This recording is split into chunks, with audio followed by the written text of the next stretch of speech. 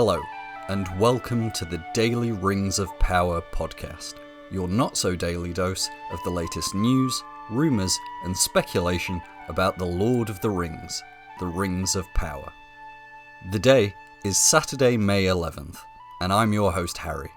I hope you're having a wonderful morning, afternoon, or evening, wherever you are in the world. Now, listening to this, you may get a sense of déjà vu, as I repeat a tired apology about having been away from the podcast for so long. However, I truly do appreciate anyone who tunes into these sporadic episodes.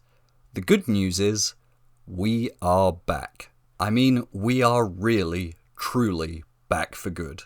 The whispers on the wind are saying that we are mere weeks away from the first teaser trailer for Season 2 being released, and I'm sure we'll likely get an announcement of that in the coming days. With that in mind, I wanted to start the podcast's coverage of Season 2 with a fresh outlook. I don't want to talk about leaks, rumours, or potential spoilers. I don't want to play a guessing game of which new actor is playing which character, and most of all, I want to get my thoughts out there before we've even seen a single still from the next season. And to do that, I knew I couldn't do it alone. I had to bring back my co-host from our Season 1 review episodes. So today sees the return of Aragorn's biggest fan, Halbrand's number one hater, and my dear friend, Anna, my LSR. And seeing as I've been away for a few months, I didn't want to shortchange you on this episode, so I'm bringing you 3 whole hours of conversation, as Anna and I discuss our top 3 hopes for Season 2, and then take a deep dive into each of the major storylines that we'll see continue from last season. But before we get into all that, long-time listeners will know that we can never start an episode without a reading from the Professor's work. Today's reading comes from The Lord of the Rings, Book 5, The Ride of the Rohirrim. Suddenly, the king cried to Snowmane, and the horse sprang away. Behind him his banner blew in the wind, white horse upon a field of green, but he outpaced it. After him thundered the knights of his house, but he was ever before them. Eomer rode there, the white horse tail on his helm floating in his speed, and the front of the first Eored roared like a breaker foaming to the shore. But Theoden could not be overtaken. Fey he seemed, or the battle fury of his fathers ran like new fire in his veins. And he was borne up on Snowmane like a god of old, even as Orome the Great in the battle of the Valar when the world was young. His golden shield was uncovered, and lo, it shone like an image of the sun, and the grass flamed into green about the white feet of his steed. For morning came, morning, and a wind from the sea, and darkness was removed, and the hosts of Mordor wailed, and terror took them, and they fled, and they died, and the hoofs of wrath rode over them. And then all the host of Rohan burst into song, and they sang as they slew, for the joy of battle was on them, and the sound of their singing that was fair and terrible came even to the city. For those who follow the news, you will know exactly why I chose this passage, with the very sad announcement that Bernard Hill, who played Theoden in the Lord of the Rings films, has passed away. I could never do justice to the performance of such a marvellous actor, but all the same, I wanted to include this reading as a small tribute to the work of the man who was such a gift to cinema, and to the legacy of Tolkien on screen. That passage will be how I always remember him, borne up on Snowmane like a god of old. Now, a final note before we get into the episode. I'd like to apologise in advance for the audio quality of this one. Both Anna and I, we had issues with our microphones and our recording setups, so you will have to forgive us for it being below our usual standard with a bit of interference and background noise. But, if you can bear with our amateur production, I am very sure you will enjoy my conversation with Anna. So let's get into it.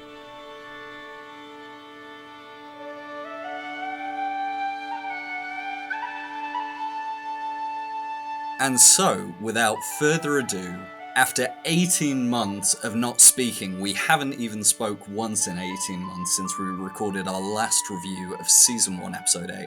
I am once again joined by Anna, my LSR. Anna, welcome back to the show. Thank you very much for having me again. For anyone who doesn't know, the second after the season finale release of Season 1, me and Harry vowed not to talk until Season 2. We stuck to it. This is our first conversation since then. I know, it's very strange actually, because at the time, we were speaking every week, and then since then, we just said, do you know what, that was like 16 hours worth of conversation we had across 2 months, and we were like, do you know what, we can probably actually have 2 years of not speaking to one another, and since then, I've lost my hair, Anna's probably changed her hair colour about 4 times, but we're back, and it's really like nothing's changed. I know, we're ready to yap away, we're ready to be positive, a little bit cautiously optimistic. I'm just excited to talk about the Rings of Power again. I feel like it's a while since we've had kind of the opportunity to, really.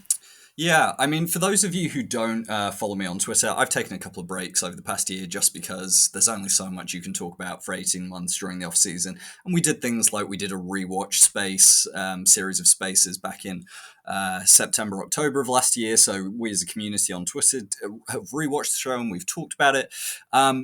And let's just set a couple of ground rules for our discussion today, because I'm sure I will have gone over all of this in my introduction, which I haven't recorded yet.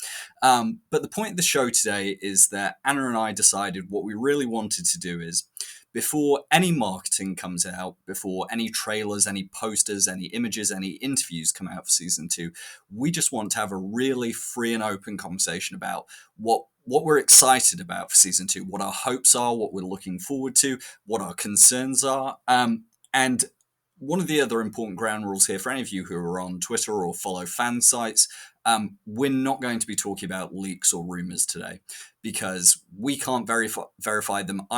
I, in the past myself, have shared leaks, a few leaks that I've been given, but at the end of the day, even I can only verify those so far.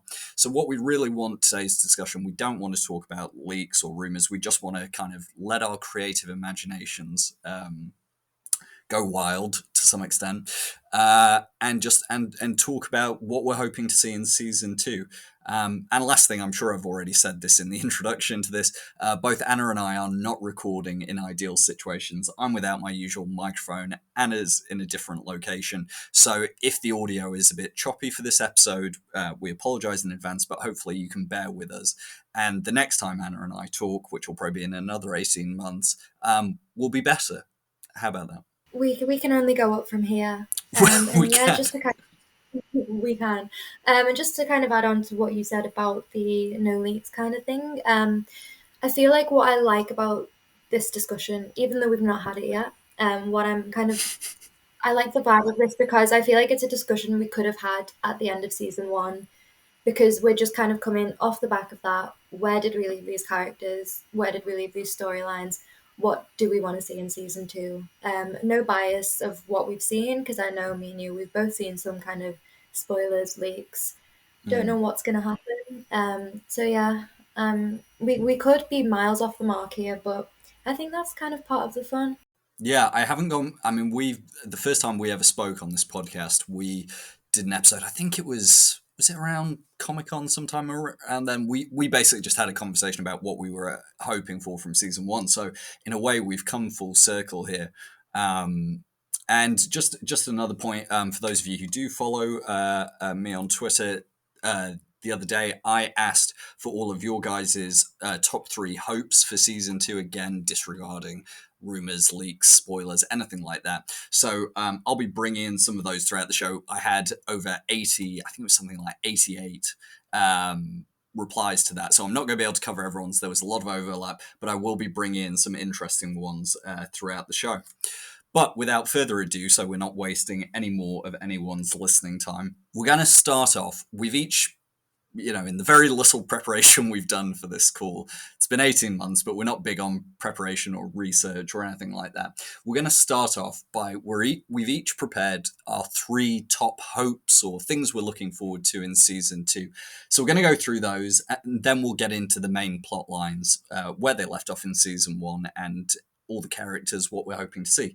So, without going any further, these are in no particular order, but Anna, what is your first top hope for season 2?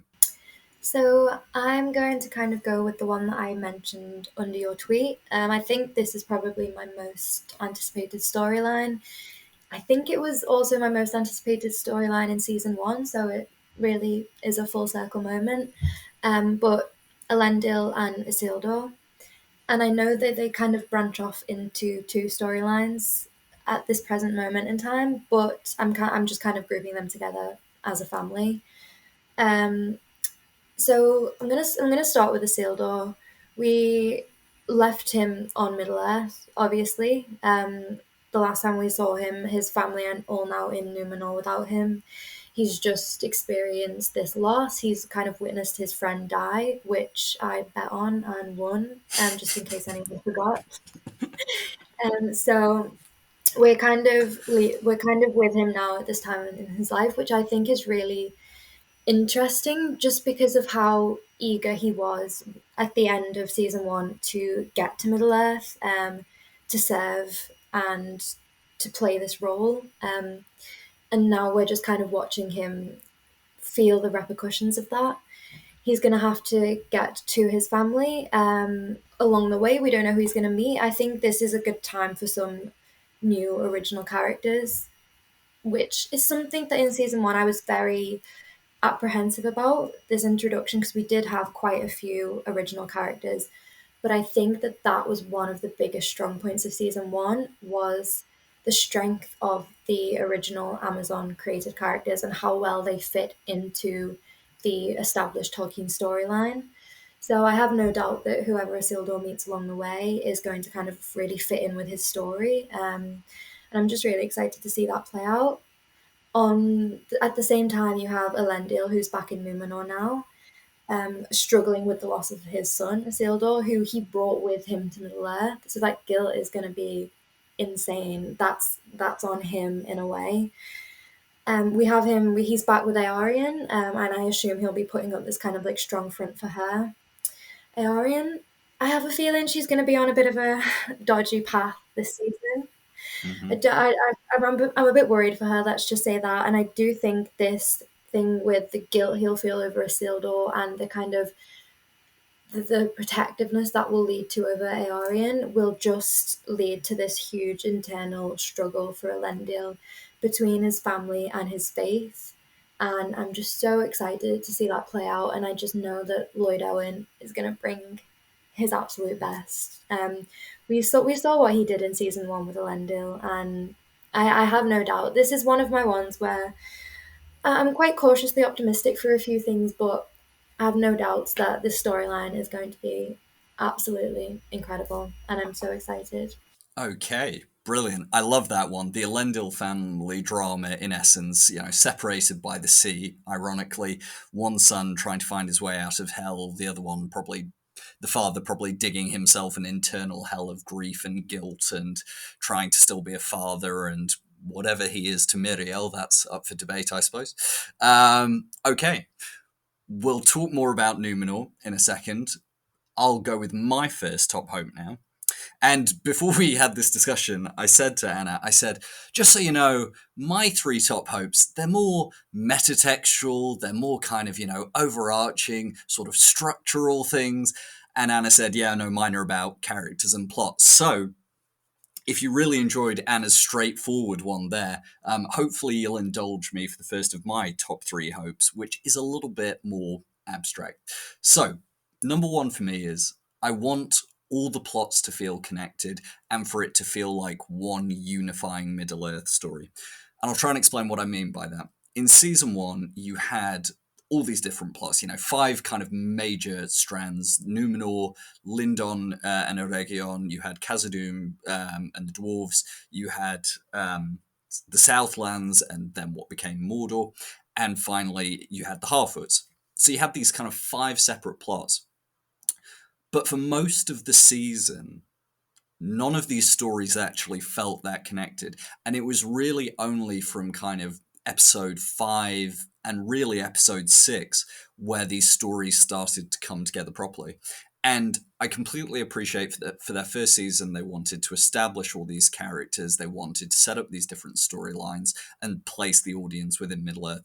But I know that a frustration from some of the general audience was it kind of took half a season to get going and for the plot to restart. For the general audience who hadn't read the books to go, okay, I can see where this is going. Book readers could kind of know broadly where things were going anyway. But I think for show-only watchers, that was an issue. So for season 2, my hope here is that, yes, we're probably going to get new characters. We're going off to distant lands. We're returning to familiar ones with Numenor and Eregion. Mordor is now going to be its own thing. So we've still got all these big different storylines. And my one hope is that they feel connected. And we'll talk about what the Stranger and Nori are going to be doing later. But for example, their story, going to Rhun, needs to feel like it matters to the rest of the plot. What I don't want to do is get to the end of 8 episodes and say, that was really interesting, but I'm 2 seasons in, and I still don't really understand what we're doing with that. And I really liked the Harfoots and the Stranger in season 1 of my favourite storylines, but it needs to connect. Similarly with, I think one of their biggest challenges this year is going to be the Dwarven plotline. Last year, much more straightforward. You had Elrond and Durin's friendship. This year, that's probably not going to be able to be the main plank of it because of where we left it at the end of season 1. So yeah, my first hope is, again, it's just this idea that I want the plots to feel connected and I want it all to feel like one story. Yes, with plots within it, but it should feel like one narrative. So hopefully that makes sense to people, but that's my first hope. No, it makes sense, and I do agree because I said to you before, I loved the Harfoot storyline as well, but I do think if you took that out of the first season, it wouldn't make a difference to the general storyline. So any sort of kind of tie-in that they can give that, because I know that a lot of people who didn't like the Harfoot storyline, their main gripe with it was, well, what was the point? It just kind of took away from the main story. But as you said, it's the first season, and there's a reason that's the hope. Yeah, exactly. And listen, I think this is I think this is a challenge for them, and I'm not saying that every single scene needs to feel like it's connected to the next one. It's just more about that overarching feeling. But we'll see. It's going to be a challenge for them. I think it's just a challenge from how ambitious this show has been. I remember last season, it's one of the things we talked about, that like some of the areas where the show failed or didn't fail, that was just weaker, was because they'd been too ambitious. They'd tried to do too much. And we'll see whether that is still a big structural problem or whether they can start to settle into more of a rhythm. But so that's my first. Anna, back to you. What is your second thing you're most looking forward to or hoping for in season 2? Okay, so this one might be the most controversial for me. It's a bit of an internal struggle between hope, excitement, and fear, just plain fear for how this will turn out. And that is Celeborn. Yeah, I can tell by the deep breath that you agree with me on that one. Yes, yeah. So, Celeborn is an interesting character and probably one of the most integral characters in the entire Silmarillion, if not the entirety of Tolkien's Legendarium. Not to just big him up for no reason, but and then I do understand, because we obviously don't know exactly what went on behind the scenes of season 1, but there were kind of issues with the casting, I believe, and Charles Edwards, who did a brilliant job, didn't get cast till quite late on as Celebrimbor. So I don't know whether that did have anything to do with the kind of season 1 storyline, but it shocked me in season 1 how much he felt kind of like a sideline or a bit of a back thought within the story. And I know we did discuss this at the time, and we kind of rationalized it with he might have he'll hopefully have a bigger role to play in season 2. And so that's where we put all our hopes for him. And so this is kind of obviously where we need to see them realize, if they don't give him that main plot line in season 2, when is it going to happen? Because, we've already had the first 3 rings forged. We had him literally interacting with Sauron in season 1. They kind of gave that, a lot of people were annoyed that they kind of gave that Celebrimbor adjacent storyline to Galadriel.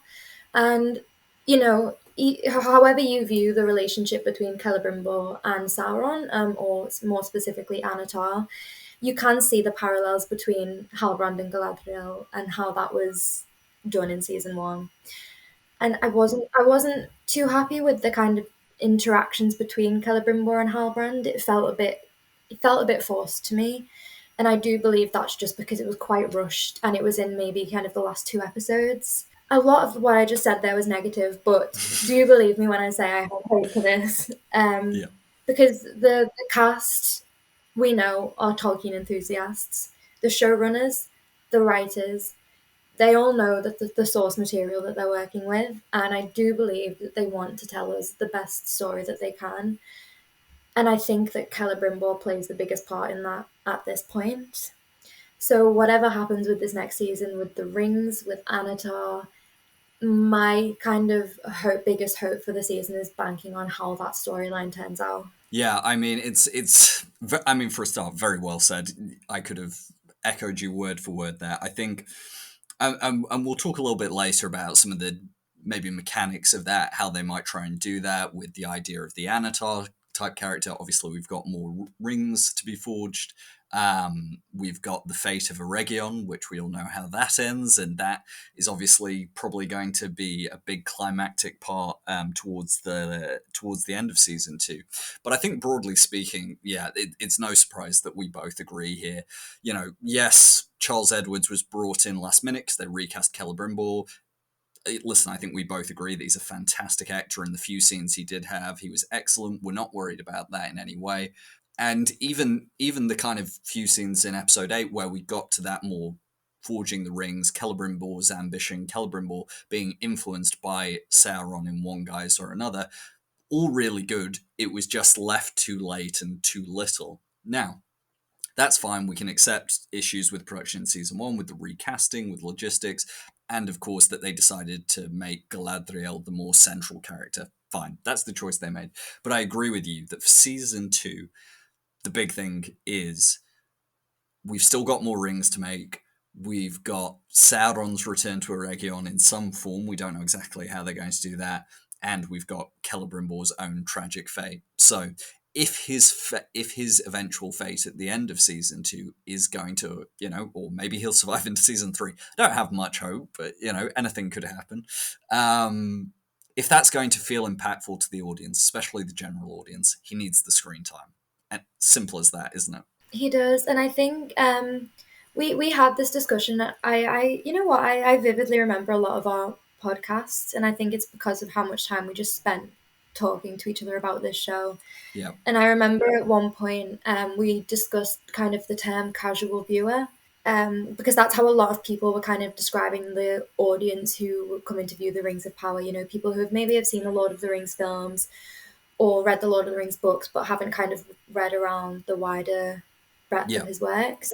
And they were kind of referred to as casual fans, which we both said we disagree with, because there's absolutely nothing casual about watching 12 hours worth of movies or reading that much of a book trilogy. But I think those people coming in with a kind of maybe not that knowledge of the Silmarillion or the appendices are the people who Celebrimbor needs to have that first impact on, because whereas you have people like Aragorn, Gandalf, Frodo, they're names that are kind of known to the wider Tolkien fandom.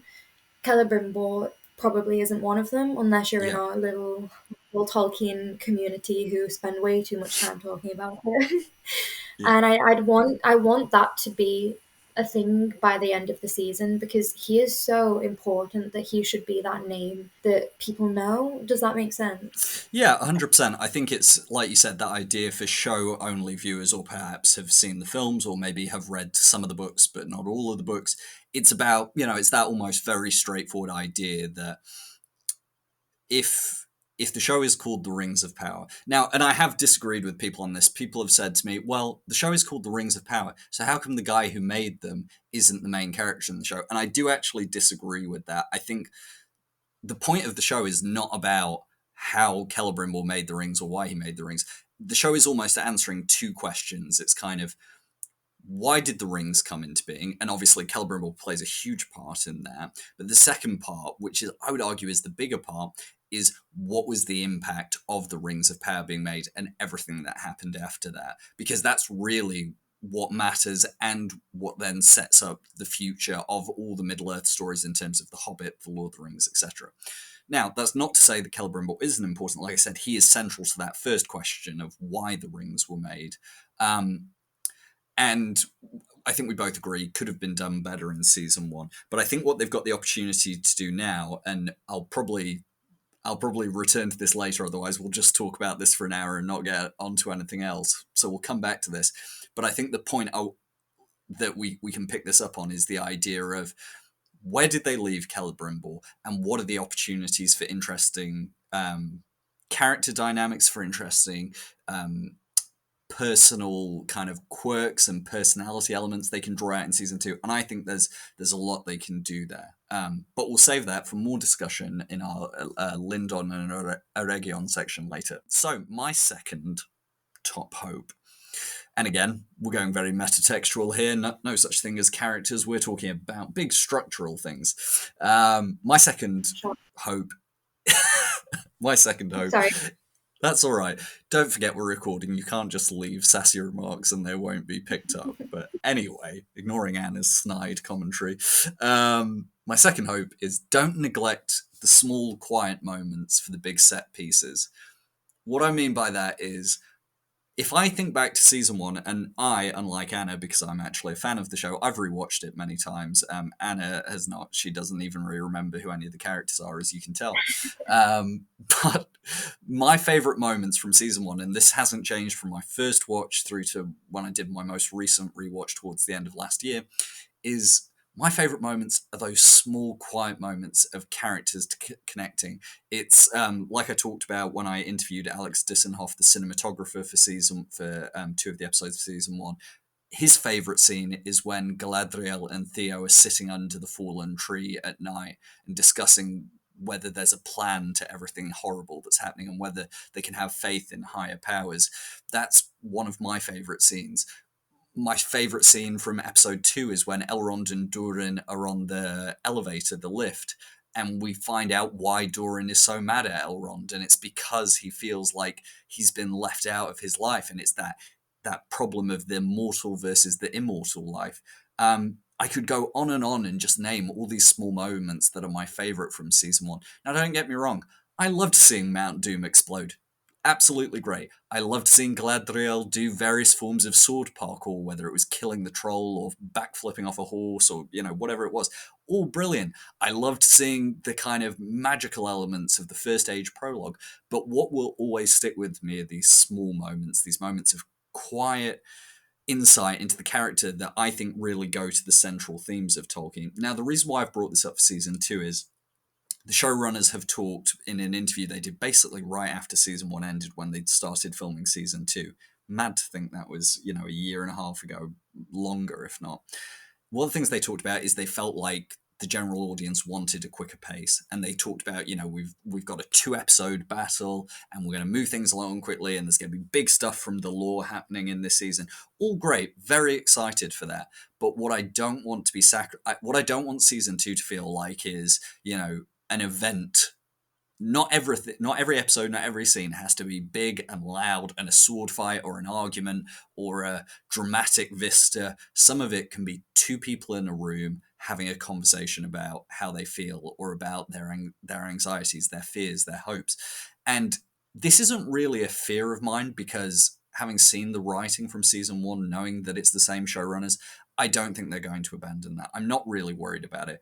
But I have to put it in my top 3 hopes, because fundamentally, when people say like, oh, I didn't like this about Rings of Power season 1, I didn't like that, I can often agree with them or disagree with them. But the thing I think the show got so right in season 1 was some of the core Tolkienian themes of fellowship, of small hands moving the wheels of the world, of faith, of all these different things, of hope. And I just hope that isn't lost amid the spectacle of season 2. And again, I'm not worried about it really, but it is a hope for me. I completely agree with that. I think when you ask anyone their favourite moments from the Lord of the Rings trilogy, they're going to go, once you get past the kind of big moments like the Ride of the Rohirrim and things like that. Aragorn opening the doors at Helm's Deep. Well, I wasn't going to mention it, but I'm glad you brought it up. For example, one of my favorite moments in the whole of the Fellowship of the Ring film is during the breaking of the Fellowship when Frodo is just standing there and he's kind of reflecting on everything that's brought him to that moment. He kind of imagines these words that Gandalf has said to him. It's so it's so quiet and you're just sat there with the one character who's just reflecting within themselves, but it's probably one of the most memorable moments from the whole film. And similarly, I think, as you said, the Rings of Power did that so well. When they kind of let the characters shine together by themselves, just for who they were at their core, I think that's when it really like shone as a series. Mm. Um, for example, one of the things that kind of pulls at my heartstrings every single time I rewatch it is the This Wandering Day sequence with the Oh, Harfoots. yeah. Harfeet. I'm still not too sure about the Harfoots. plural No, for it's not Harfy. that.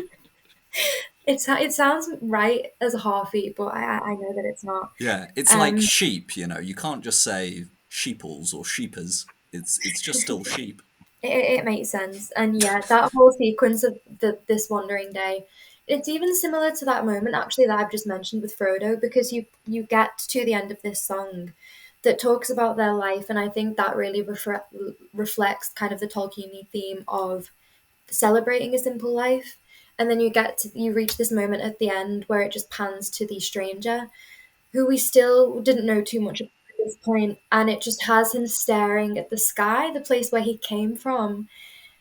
And with this song over the top, we don't have really any words spoken in that moment except for the song, but it's one of the most heart wrenching moments of the first season. And I think if they stick to kind of their core with moments like that, I've got nothing but high hopes for that. Even another example is kind of in, I think it might have been the second to last episode, the just before the eruption of Mount Doom actually, is the conversation between Elendil and Isildur. Hmm. um, it was just so quiet. They just kind of got their emotions out, and I think that really gave Lloyd Owen and Maxim Baldry a chance to kind of properly shine through. And then that's just made their kind of separation even more impactful. So I think the small character moments like that are just so essential to the wider Yeah. story in general. Yeah, I mean, what, I didn't mention it in mine, but you did the moment with the stranger looking out of the tent, and then it cuts to him standing, looking up at the moon and the night sky.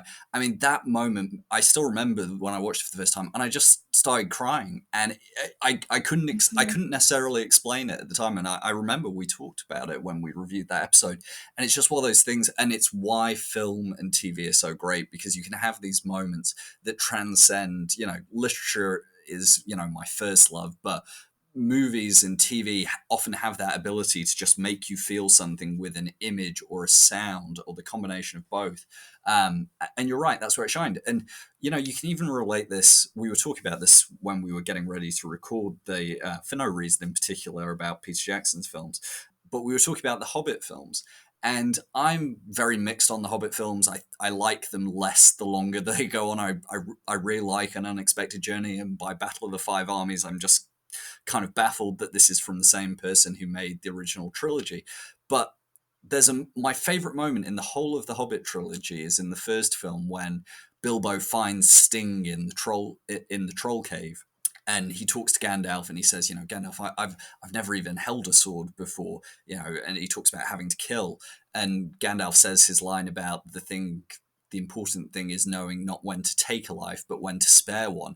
And in that one moment, I was like, oh, they've captured it. They've captured the beauty of Tolkien's writing. They've captured the truth of Bilbo's story. That one line sums up Bilbo's whole story, from finding the ring to Gollum to then Frodo. And it got lost in. The problem was, as I said, as the films went on, all of that gets lost in these big moments. And yes, it's amazing seeing Smaug burn Lake Town down, and no, it's not amazing seeing dwarves ride goats and all It that rubbish. is.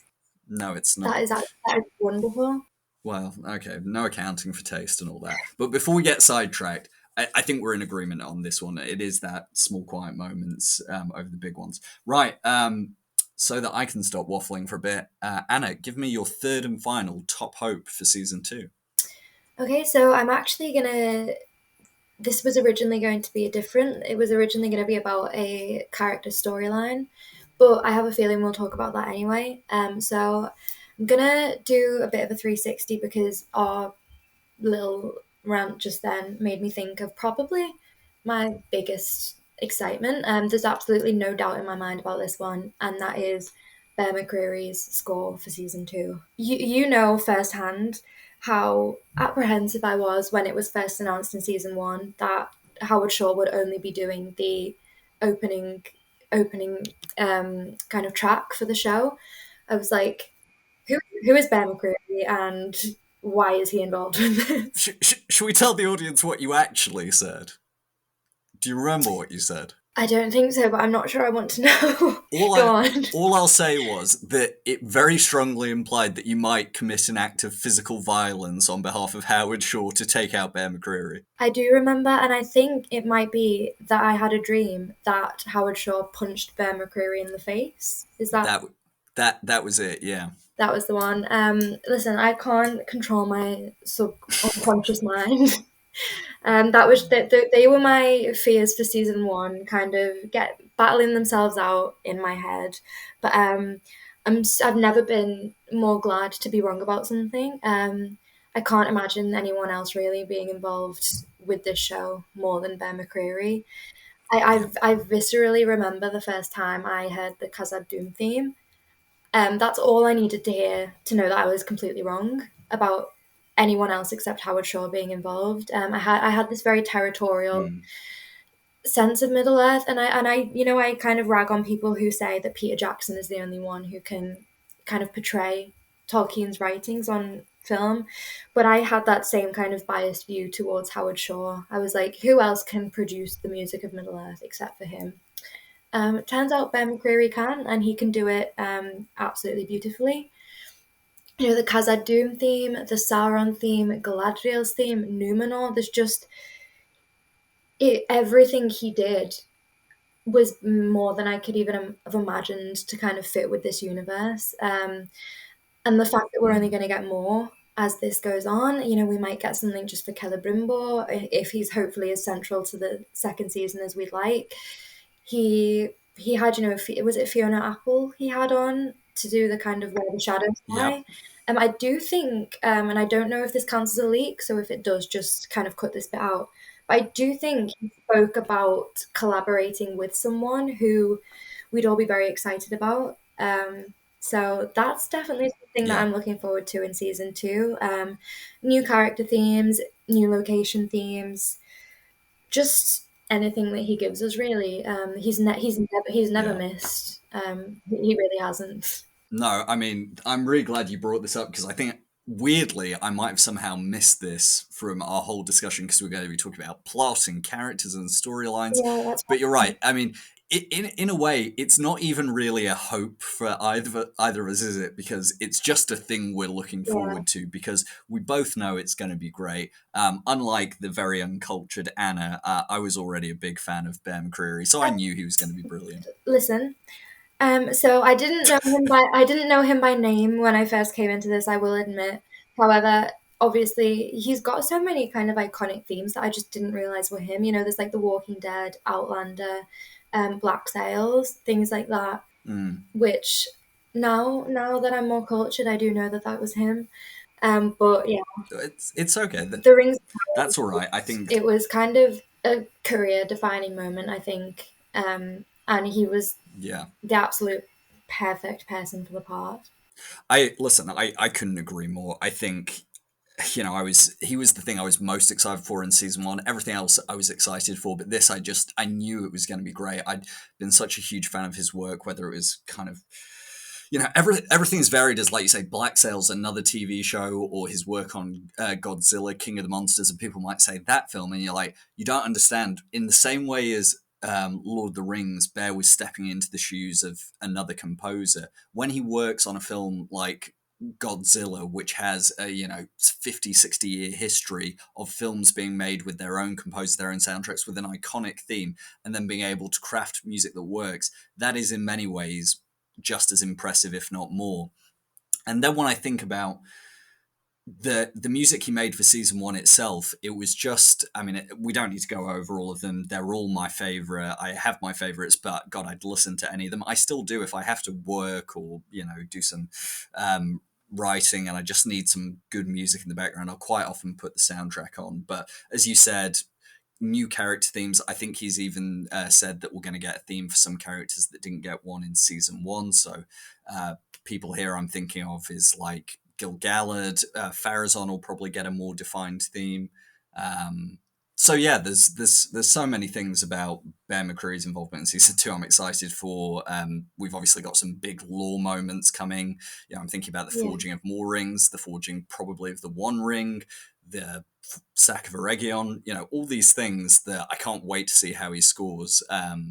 So yeah, I couldn't agree with you more. Very excited for that. And like we said, there's almost no nerves with this one. And I should add as well that Bear McCreary, a very nice man, and I have spoken to him briefly on Twitter, and he did say, I'm sure, well, hopefully he won't mind saying this. I'm sure he doesn't listen to the podcast, but he said he would be open to coming on the podcast at some point closer to season 2. So who knows? Maybe we'll get to speak to the man himself. I mean, that would be the dream. And just before we kind of stop talking about him, because I know we're going to kind of go a bit plot heavy after this, I think going back to your kind of original thought about the storylines interweaving, my favourite moment on the whole score from season 1, it's not one of the main themes, it's the cavalry charge from Galadriel and the Numenorian soldiers getting to Middle-earth. And he took these two iconic themes, he took the Numenor theme and the Galadriel theme, and he put them both into this kind of battle charge song as they're kind of riding towards the Southlands. And it was just this the most wonderful moment. And it's one of those times where you really felt the plots kind of coming together. And I think, if we have more things like that in season 2, it's going to be great. Well, yeah, and there were so many clever things he did, having Halbrand, which was the Southlands theme, be a mirror of the Sauron theme. There were, if you go and listen to the episode-by-episode albums, I mean, the one for episode 8 is just brilliant, whether it's the music for Galadriel and Halbrand / Sauron's, kind of dreamscape confrontation, the forging of the rings. You get, as you say, these different themes that he established over 8 episodes being woven together, and you could almost close your eyes and you would know what the story was telling you without any dialogue or images. So he's wonderful. He's amazing. What more can we say? We love you, Bear McCreary. Never change. We love you. Yeah, never change. Please come on this show. It's all right. He doesn't listen. He won't hear this very pathetic begging. Right, moving swiftly on from that. I hope he doesn't listen to this. I've just said that I had a dream about Howard Shaw punching him in the face. Well, whenever I speak to Ben McCreary, I will tell him that, so don't worry about it. We'll get that in somehow. Okay. My final of my top 3 hopes, and again, it's broad, it's not specific, but you'll know exactly where I'm going with this as soon as I say it. Avoid nostalgia wherever possible. And it's funny I bring that up on a day like today, where, for those of you who follow the news, nostalgia is a big topic. And what I mean by that is, I'm sure everyone can kind of guess where I'm going, but I didn't hate when the show made visual or thematic or dialogue references to the Peter Jackson films. I don't hate it. But by the 5th and the 6th and the 7th time they did it in the show, I was like, here's what I actually wanted to say to the showrunners if I've met them. I would just say to them, have confidence in what you're doing. You don't need to tell the audience that you respect Peter Jackson's films. It doesn't matter to me whether you do or don't. I love those films. But if the showrunner said, oh, actually, I wasn't a fan of how he did it, I wouldn't care. And you don't need to, I'm not going to say bait, but you don't need to pander to the audience by having moments or dialogue that directly parallel the Lord of the Rings movie. It's fine when it's with Tolkien's own dialogue, but it's just where it feels a little heavy-handed. And I know we disagree on this because we disagreed at the time, but some of the Isildur, Elendil, Beric interactions was just a little bit like, we get it, it's Aragorn and his horse again. Yeah, they're related. Horses, woo, aren't horses great? And similarly with, some of the stuff with Stranger and the Hobbits, although I actually thought they did all that very tastefully, considering it could very easily have come across as it's Gandalf and Bilbo or it's Gandalf and Frodo. I think they avoided that largely. But so all I'm saying is, and again, this is a hope, it's not really, it's weird that I've even put this in my top 3 list, but again, I've tried to stay away from simple character or plot things. I just think, be confident in their own vision. When they do Rhun, you don't need to pay any attention to the very shoddy way Peter Jackson depicted the Haradrim. We don't need to go near that again. That's fine. We can just memory hole that. When we get to Celeborn being on screen, if he's in this season, if he's not, I don't know when they're going to introduce that character. You don't need to worry too much about the fact he had 3 lines of dialogue in the first film and was largely irrelevant. When we're doing the dwarves, we definitely don't need to have any of the comedy, I'm not going to say any of the comedy, I'm just going to say the comedy overarching the plot that we got in the Hobbit films. And, I'm not even going to talk about the Balrog because I'm still angry about it 2 years later that they decided to include the Balrog. So all I'm saying is, I hope the showrunners are confident in their vision. I hope they're confident in telling their own story. And I just don't need more nods to the Peter Jackson films. Now, I'm well aware we'll probably get them. And in 6 months or whatever time when we've watched season 2 and you and I are sitting here again at season 2, episode 8, I'll probably be saying, well, they did it again, but oh, well, fine. I'm sure some people liked it. But this is just a me personal thing. I could do without it.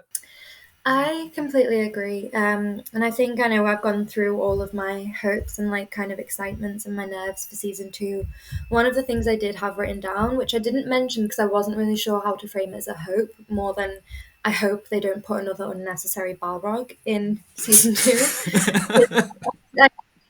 I still honestly don't understand why, how, what the point of it was in season 1, other than to just get that shot of it kind of roaring like it does in the Fellowship of the Ring. And as you said, we don't need the characters like Celeborn. We don't need him to show up and say, "Where is Galadriel?" For I much desire to speak with her. Because we know that it's Celeborn. We don't need that kind of rehashing of, "Oh my god, he was in the Fellowship of the Ring movie," Yeah. And it's kind of like trust yourselves, but also trust your audience. Yeah. And I think when you kind of do these big moments like the Balrog, which was clearly meant to mirror this moment in the Fellowship of the Ring, it just kind of gives fuel to these people who are like, well, they're trying to be like Peter Jackson, and it's falling flat. Maybe there's some kind of secret 5-year plan for this Balrog moment, and we just have to kind of hang on and see what it was for. But yeah, things like that just feel very unnecessary, and if they can be avoided, they should be. But I disagree with you about Isildur and Elendil, because listen, can people not just experience the joyous whimsy of loving horses? Is that too much to ask? Listen, I've made my feeling on horses and horse girls, and when I use horse girls, that is a gender neutral term, to be clear about that. I feel the same way about anyone who's obsessed with horses. Just give it a rest. Listen, it's fine. Have your pet obsession. And your obsession really with this. So let's be honest about this. Your pet obsession is not the horse; it's the scruffy man interacting with the horse. Okay. Real Are we pause going to there. get into the reason why?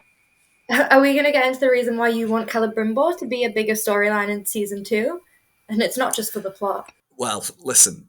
I'm interested in all of Celebrimbor's plots and his costumes, and listen, we'll get into that. Let's call a truce on this moment. We'll call a truce here before we kind of annihilate each other. Yeah, exactly. Listen, first time we've recorded a podcast together in 18 months. Let's not have a podcast divorce already. Let's keep this going a little longer. It is quite funny because I kind of just forgot to mention that during that 18 months we have met up with each other multiple times. Oh, yeah, to be... yeah, it's just been radio silence. We haven't spoke one word to each other. Yeah, no, to be clear, Anna and I have spoken the last 18 months. We've hung out. We even...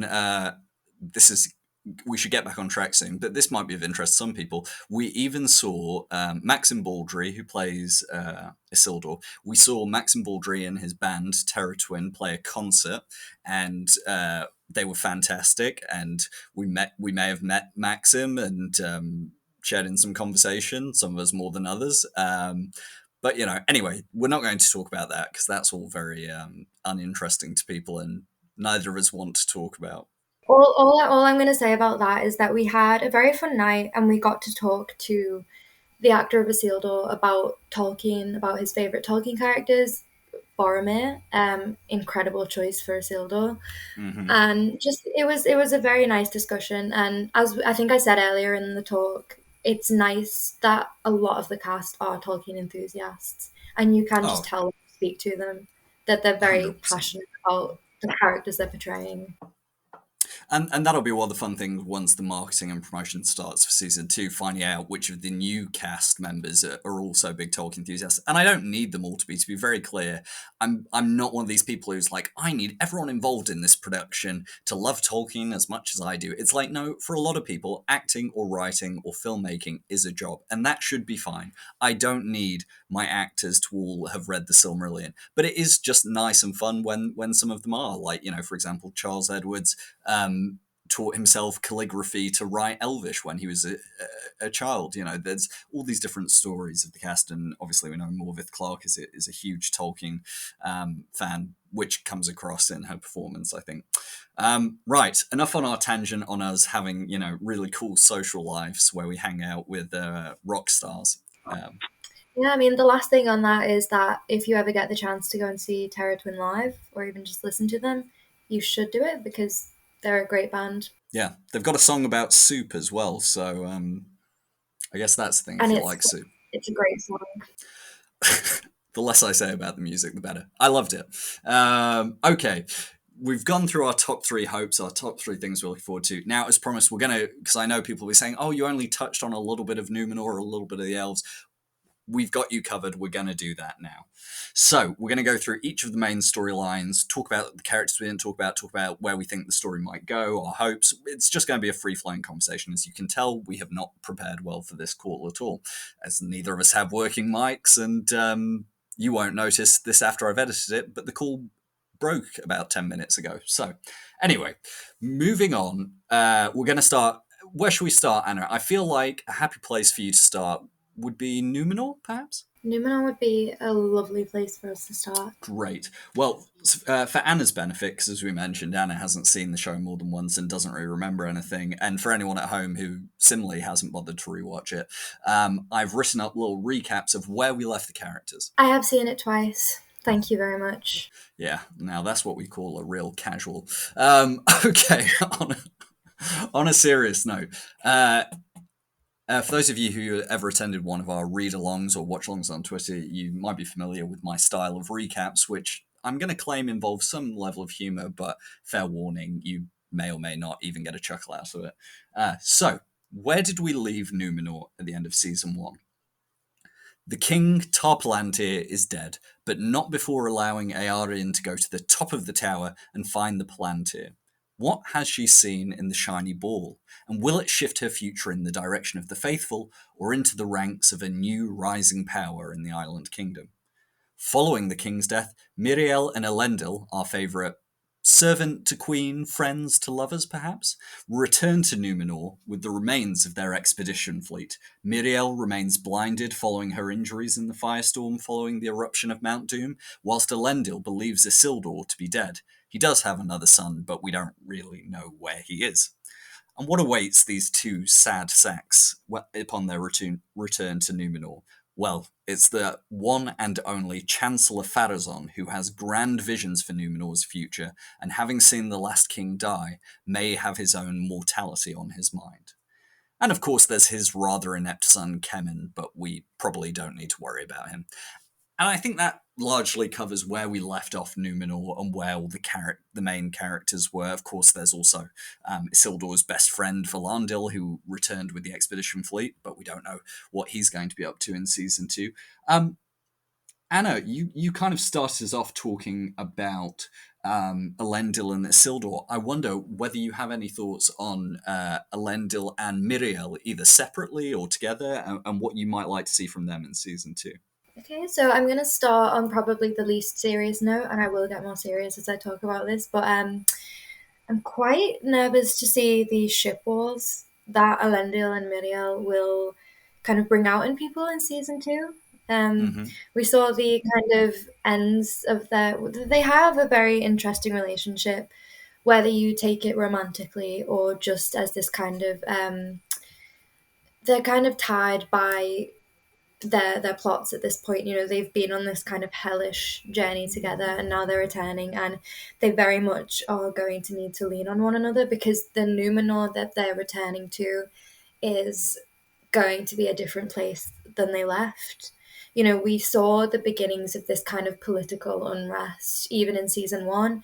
You know, we have this moment of Ar-Pharazôn addressing the crowd. They talk about Galadriel being there, and we know that there wasn't the best reaction to kind of Miriel accepting her with almost open arms. You know, people that there was this kind of throwaway line that I was still not sure how I feel about it, but correct me if I've just kind of completely made this up.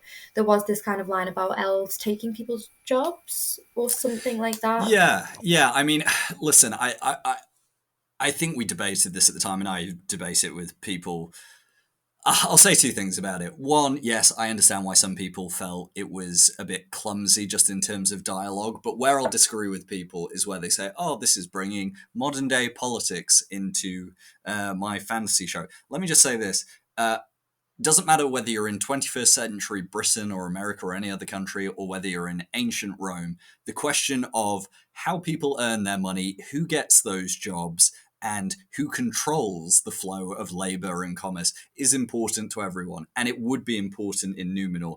But I do totally understand when people say they should have brought the issue of mortality more to the front rather than elves. Now, I think what they were trying to do was say, listen, elves live forever. They have insane stamina. They can, they don't need as much sleep, as much food. They can, do superhuman feats of strength and endurance. So, yes, if you're a worker in Numenor, that is going to be your concern. And I understand that what they were trying to show that, for your blacksmith in Numenor, he's probably not thinking about the philosophical conundrum of the gift of Iluvatar and mortality versus immortality. He's thinking about his own life and his family and how he feeds them. But I agree with you. That's fine to do in one scene. But hopefully what they build on is more of the stuff that, where Miriel talked to Elendil about the Valar looking down on them, where Pharazôn, we saw his deep-seated resentment for elves when he talked to Kemen about taking orders from elves. That's the area that I think we both want to see them explore. I agree, and I think they've done well to kind of plant the seeds at the moment.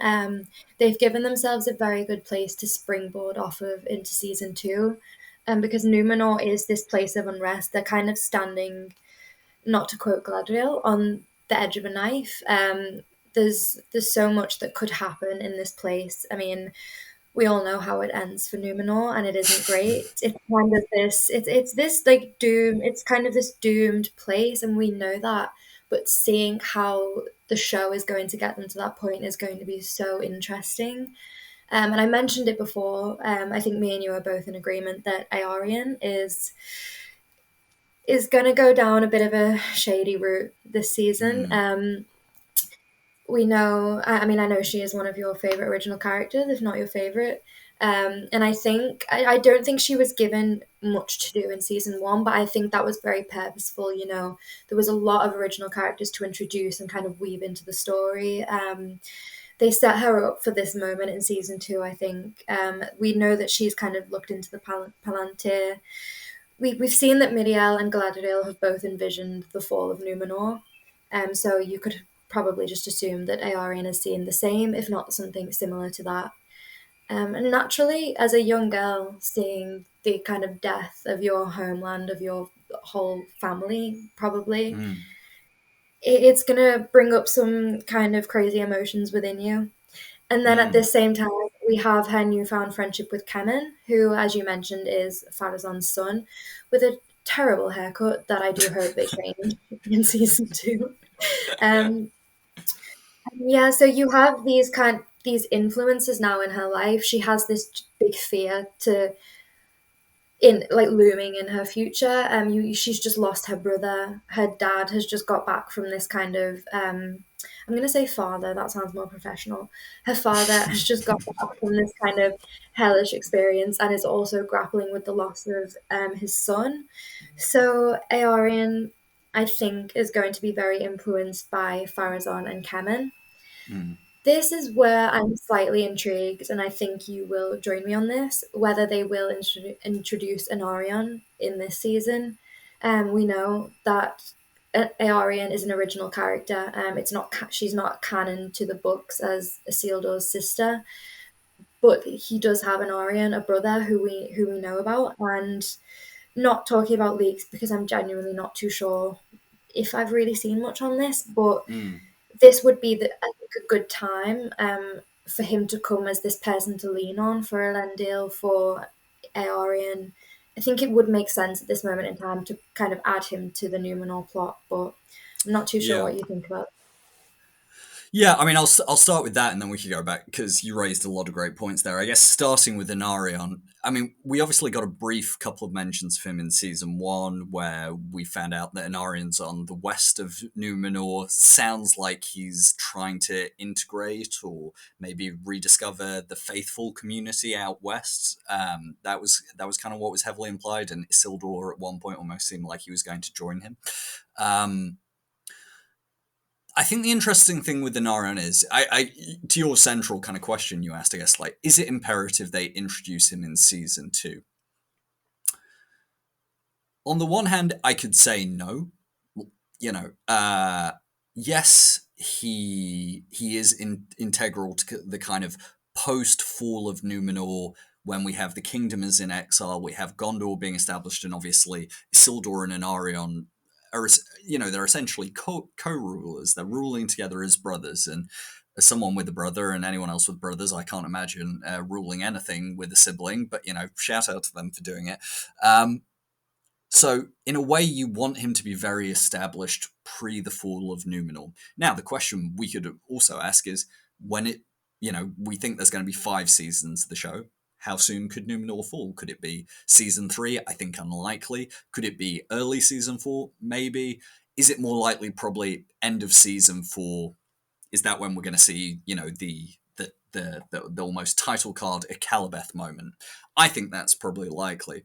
So, would I personally love an Arion to be introduced season 2, episode 1, to be a side but growing character throughout season 2, to interplay with Elendil and Aarion dealing with the loss of Isildur, seeing maybe whether he's trying to draw Elendil even further into the faithful side. Obviously, we saw Elendil and Miriel's conversation at the end of season 2, which almost showed them repledging, their allegiance to the way of the faithful.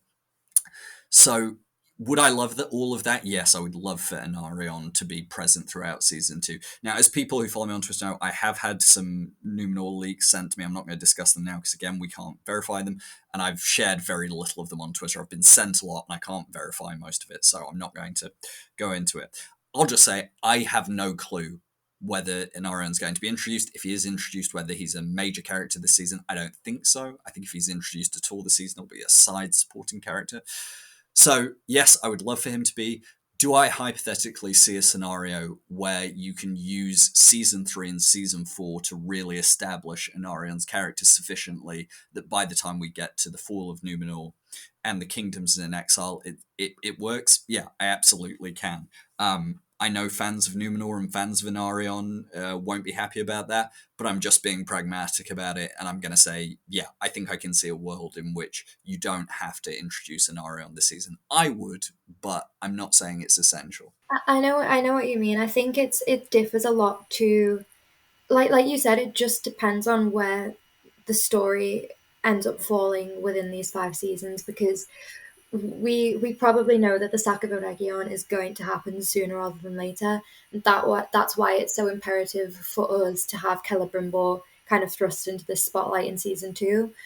Mm. The fall of Numenor, as you said, probably won't happen so quickly. So to kind of ease an Arion in, whilst focusing on other characters like Celeborn might be kind of a better way to go about it than just kind of being like, hi, this is Isildur's brother, he's here now, accept Yeah. him, you know. Yeah, and I think if you were to ask me what I think the most important thing they need to do in Numenor for season 2 is obviously we know that Pharazôn is going to make his own move for power. We don't know how they'll do that in season 2, whether he's going to make a play for the throne straight away when Miriel returns, whether he's going to bide his time, whether there might be a trigger event that causes that. Is it just going to be the general sense of Miriel having made the terrible decision to go to Middle-earth? These are all questions we don't know, but I think the most important thing they have to do in season 2 is keep cranking up that idea of a societal divide in Numenor, and at the head of that you're going to have Miriel and Pharazôn, and everyone else just needs to support that. I love Elendil, I love Lloyd Owen, and yes, I want his character to be a mix of that dealing with that divide plus his grief over the perceived loss of Isildur. But I am actually perfectly okay if Elendil plays second fiddle to Miriel and Pharazôn. I'm fine with that. I can live with that. I love Lloyd Owen. I want as much of him as possible. But for me, every other character in Numenor needs to support that almost divide which is represented by Miriel and Pharazôn. And for me, that's it. I mean, I agree because essentially they are the catalyst for the fall of Numenor. So they are the forefront of this. So that does make sense to me. One of the things I'm quite worried about actually, and I don't know whether this will be season 2. It could be a lot later than this. And this is going to be a spoiler for Miriel's storyline. So if you kind of haven't read the Silmarillion, if you don't know how this ends, I kind think of we've feel already free to started spoiling things, so let's just assume that anyone listening to this, anyone who's listening to our hopes for season 2, either doesn't mind knowing how a book that was written, 60 years ago, or longer actually, pans out, or has read it and doesn't mind. So we're not gonna obsess over spoilers, but listen. Okay, good. So, as you said, we don't know how Farazan is going to make his play for the throne in this season. We do know that eventually he usurps the throne. The way that happens in the books, he kind of forces Tarmadiel into this marriage. He changes her name. He kind of strips all of this power from her and gives it to himself. And I think that is one of the kind of most heart-wrenching plots within Tolkien. Miriel is such a tragic character, I think, and she's already, had her fair share of loss in season 1.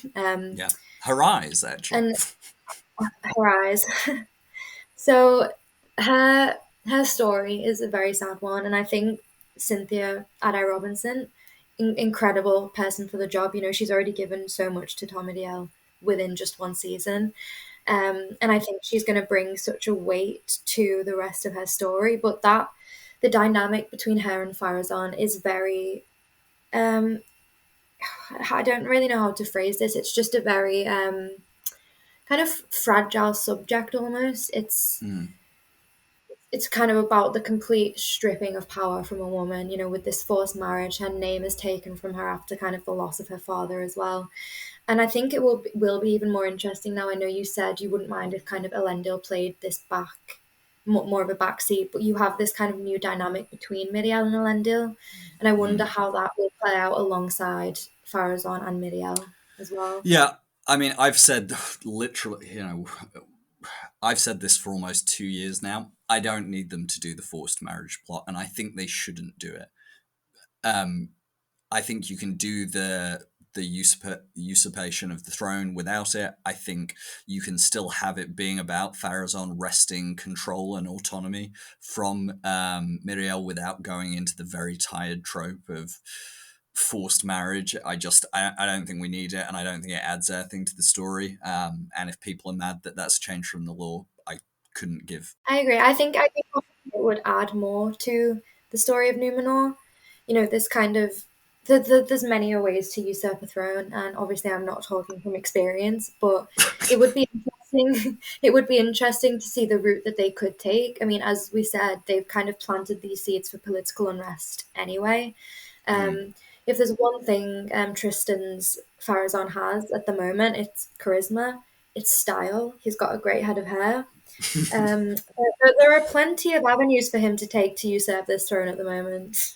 Yeah, can I just say you don't actually need a great head of hair to have charisma and win people over. Many of us managed to do that even without luscious locks, but I'll try not to say with that one too personal. Do we both agree that he does have a luscious, like the hair, the beard? It's Yes, an incredible listen, combination. no disagreement from me there. I'm just I clearly overly sensitive about my bald Don't dome. worry, Harry. Uh, I have full faith that you could usurp a throne without Pharazon's hairstyle. Don't Thank you, worry. thank you. I appreciate your support. But to return to the serious point, yeah, I think they've set up loads of ways he can do it. Like I say, there's already that pre-societal divide. How does Numenor's court, let alone its wider citizenry, feel about the fact Numenor took 3 shiploads of Numenorians to Middle Earth, and not a lot of them came back? And from all accounts, they didn't succeed in having a new ally in the Southlands because they're all just now refugees going to Pelagia. So, in terms of what she set out to do, she didn't really achieve any of it. It's not her fault, but for the court of Numenor, and one of the things I loved about season 1 was they made it very clear that Numenor isn't just like a king or queen sitting in a throne room on their own. There's a court, there's nobles, there's guilds, there are other seats of power in Numenor that can have influence, and I think that's what they'll draw upon. And then obviously, they will be able to draw upon that wider divide of, they made it clear that Miriel's father was one of the faithful, and that's why he was basically locked in his tower. They'll be able to draw upon that. Her use of the Palantir, that may come into it. We don't know what Aarion is going to do with that information. Is she going to go and tell her, sort of boyfriend Kemen, who's then going to tell his father in a way to gain approval? We just don't know this. So I agree. I think there's lots of ways they can go about it. I'm drawing upon some of the community answers that we had, because I did say I'd try and bring some in, and obviously it's just difficult to sort through all of these. But our good friend T with Tolkien gave a rather simple one of her top 3 hopes for season 2, and it's simply evil Aarion. So I guess, Anna, the question is, do you want to see, this isn't a do you think, would you like to see Aarion go down the kind of more villainous dark road? I think that all women should be allowed to be evil if they want to be. And I think we have like strong women in Tolkien. One of the strongest and the hungriest was Ungoliant, the kind of precursor to Shelob in The Yeah. Lord of the Rings. And I think Tolkien kind of set the stage to let women be evil, let them be spiders, let them be hungry. And I think Aarion should follow in these steps. I mean, there's so much. It's why I do like that they added all these original characters, because there's so much scope. And I just set you off. I'm sorry, no one can see this because this is an audio only format. But I've been struggling to hold it together ever since Anna made the crux of her point. Tolkien allowed women to be evil. He allowed them to be spiders, and he allowed them to be hungry. Which I just like the idea that the trifecta of evil in Tolkien's world for women is either just being straight evil, being a spider, or just being hungry. Frankly, that is an evil trait if you've ever seen one. I mean, she was absolutely ravenous. That was probably her hamartia. She was never full, and I'm sure probably not just women can relate to that feeling. Yeah, Hunger. yeah. It drives you to bad things. Yes, well, listen, to return to my original point of Aarion and not spiders and their hunger, um, I guess where I'd go with it, and you tell me what you think. I think they made her an architect for a reason. There's famously a temple built when Numenor kind of, goes down a dark path and starts worshipping Melkor. There's a temple built to him. Would be useful to have an architect around. She's already got this connection to Pharazon's son, and we know which side of the good evil spectrum Pharazon ends up on. And I think it would be very interesting for Elendil, who we think of as, quite literally the figurehead, or the if not the literal figurehead, because in the books it's really his father, but in terms of Numenor's legacy, that is what Elendil is known for, of being on the right side of the societal divide, of leading the faithful from Numenor into Middle-earth during the downfall. So I think it would just be fascinating to have someone in his family end up on the other side of the divide, because we know that Anarion and Isildur are ending up on the right side. And so whether it's for book readers or for show viewers, having that extra layer of family struggle. And the one thing we talked about, I remember when we watched season 1, was the brilliant thing about that scene where they all had dinner was that it was basically saying, okay, you've read the book, you know what the societal divide looks like on a society-wide scale. Now let's zoom into one family and see what that divide looks like. And I think that's why it could be really interesting. I agree. I think, as you said, this internal family struggle kind of reflects just the wider Numenorian society, and I think they do that really well. I very much want Eorien to be the architect for the temple. I think it would like having original characters gives you such a scope to add more, and not even just add more, but kind of weave just more kind of things within these already established dynamics. You know, we have Elendil and Isildur, and we know that they will be kings one day.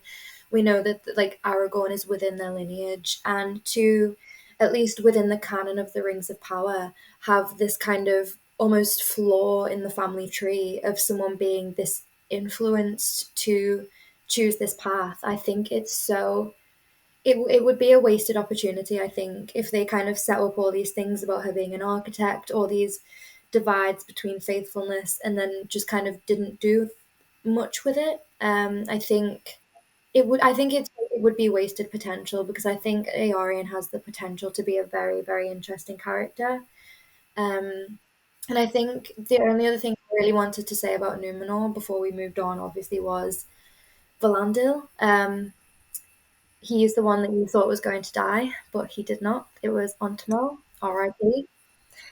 Um, Valandil, I'm genuinely not sure what they're going to do with him. I think I have kind of a clear idea for a lot of the characters what they will be doing in the next season, but Valandil, I'm not too sure. I'm happy. I'm very excited to see him again, because I think Alex Tarrant again did a great job with him. I think coming to the world of Tolkien in general must be a very daunting task as an actor, but to kind of have to make your mark as an original character in this world full of iconic characters is even harder. So to have people like Eorien and Valandil, who were kind of sat here theorizing about what role they'll play within season 2, is I think kind of a testament to the writers and the actors, that they've kind of made such memorable characters at least. But yeah, Valandil is a mystery to me. He'll obviously be grieving Isildur and Ontimo, who in his mind are both dead. He was so eager to serve within kind of the guard. That was his whole motivation within season 1. And I do wonder what his dynamic will be like with Elendil. If he'll kind of almost step in as this kind of pseudo Isildur, while for Elendil's kind of lean on. Something like that. But yeah, I don't Yeah. know if you have any ideas of what he'll be doing, but he is very much a mystery to me at the moment. No, I mean, again, what can I say? I think I agree with you. I think he's a great sporty character, and giving Isildur this circle of friends was such a smart move, because Isildur is one of these characters in the books who we know what he did, but we don't really know what he was like. And so giving him this close circle of friends really allowed us to see Isildur as a person, not as the future king, not as the person who cuts the ring from Sauron's hand, all these other things. We got to see him as a person. I think, like you say, Valandil, will he be like a surrogate son to Elendil, or is he going to have been so distraught based on what happened that he's going to move towards that Pharazôn anti-Miriel side? We don't know. And I guess the third part of it is, what role will the Sea Guard play? Elendil is a captain in the Sea Guard. Valandil is a lieutenant, I think, in the Sea Guard. Well, in the Expeditionary Force, but he was in the Sea Guard. Or he was applying to be in the Sea Guard before Isildur got them all kicked out. So there's that question is, again, like we talked about earlier, different power factions in Numenor, the guilds, the court, the common people. The Sea Guard is because Numenor is not that militarized at this point in its history, because as we saw, they had to raise an expeditionary force because they don't really need a standing army, being an island kingdom. So yeah, it'll be interesting to see how Valandor fits into that. The last thing, and we won't spend too long on this because, like I say, we need to move on to other plot lines, but I thought this was a great point someone made. So this was J. Wiremu Kane on Twitter, said one of their hopes was Numenor being colonists. And we don't need to discuss this at length, but I just want to say people underestimate, and if you haven't read the Silmarillion, that's fine, but people underestimate that once Pharazôn takes power, and arguably before, if you're going kind of through the long timeline of the books, Numenor and its interaction with the men of Middle-earth, and that's men with the capital M, not the gender, it is a very imperial force. And yes, at first it's a trading force and a helping force when it comes to the rise of Sauron, but Numenor very quickly becomes a dominating imperial and colonizing force. And I think we may not see it already in season 2, depends how quickly we see Pharazôn take power, but I would not be shocked whether, through the Southland refugees in Pelargir, what Pharazôn does once he has power. We saw him talking to Kemen about taking the resources of Middle-earth. I'm just saying, don't be shocked if we start to see not just the ruler of Numenor change, but the character of Numenor and its place in Middle-earth as a force change. So I'm very excited to see that. Yeah, I think that's a really good point, actually. And I am on the more the side of I don't think we'll see things like that straight away in season 2. I think that main focus will be on just kind of the rise at the moment. But I mean, the kind of flaw of Numenor was this kind of like fatal confidence almost, the audacity and the audacity to go and pick a fight with the gods. Yes. And of course, if you have that kind of mentality as a nation, or even just as if your ruler has that mentality, then of course you're going to feel like if you can take on the gods, you can go and take from whoever you want, really.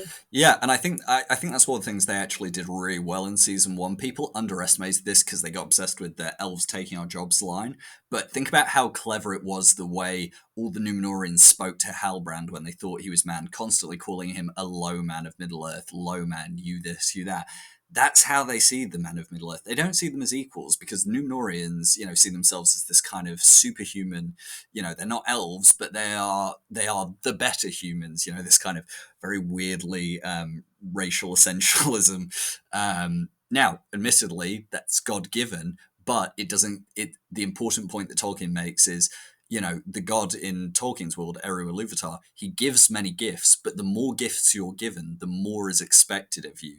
And that's the kind of core of Numenor's story. They get these gifts, but it's about what they do with them and how they fail to use them in the right way. But yeah, I think we've covered Numenor pretty excellently. And seeing as we've got really 4 more plot lines to do, let's move on to, I think, the second biggest one, which we both kind of touched on in our hopes for season 2. And that is, of course, Lindon Eregion. So, as a reminder, where did we leave off in the land of the elves?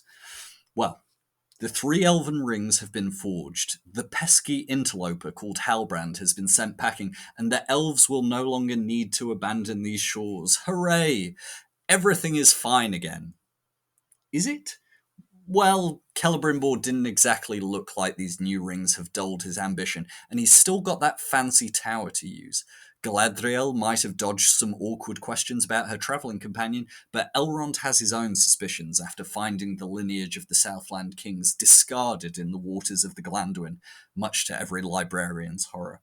And speaking of Elrond, what's he going to do now that his best friend's dad has banned him from Khazad-dum? And lest we forget, Big Bad Gil-galad is still in charge, and he might have a thing or two to say about how these rings should be used.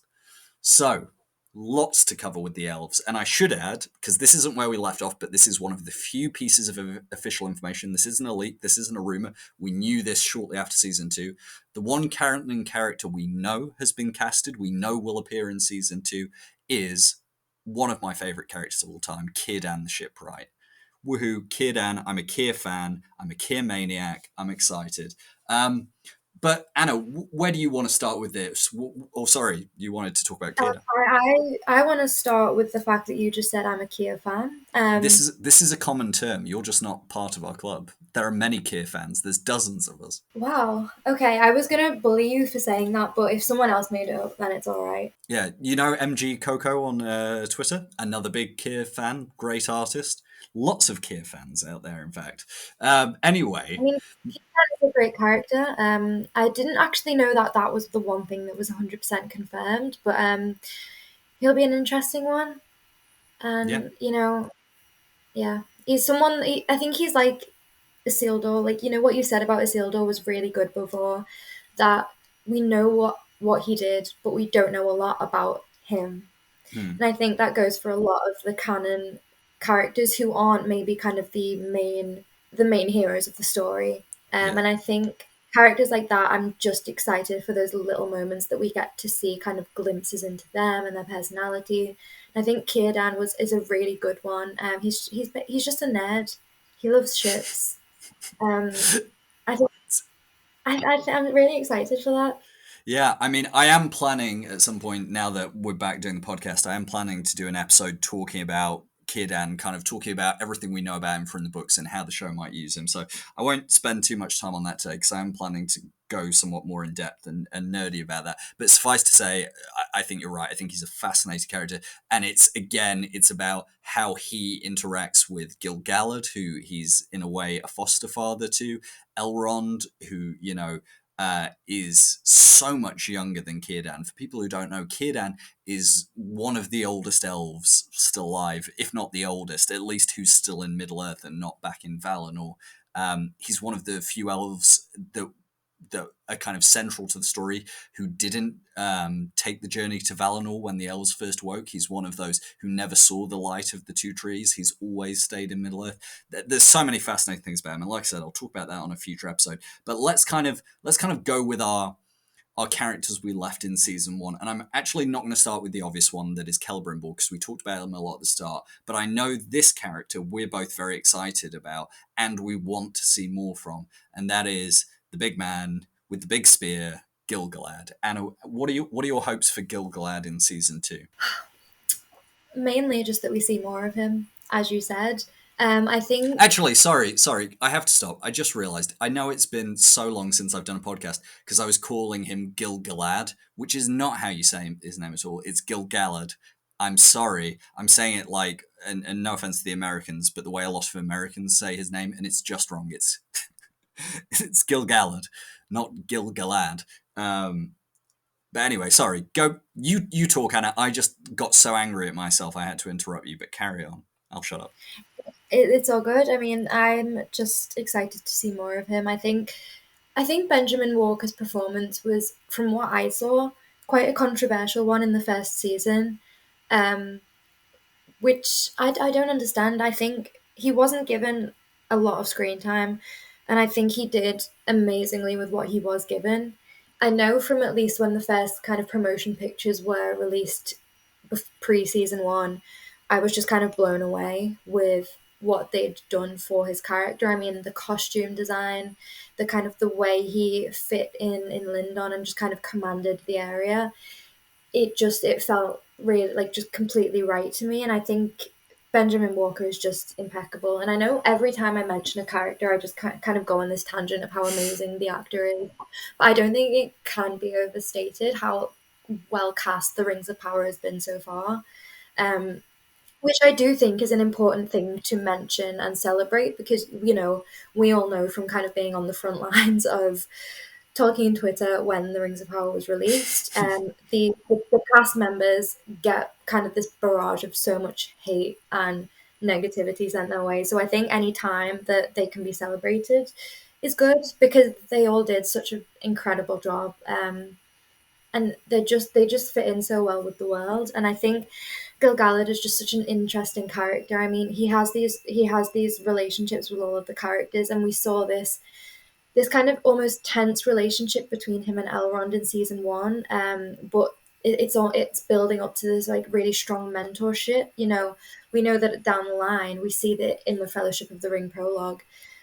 Elrond is there when Gil-galad dies at the hands of Sauron. That this is going to happen at some point.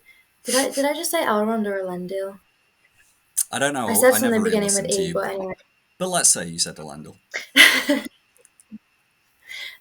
So I mean, Elrond's there what was too. I going to say? He is at the Battle of the Last Alliance. So even his relationship with Galadriel as well, I think, was really well done. You had her kind of wanting to rebel against him, but you can tell at the same time that she had this respect for him and his position.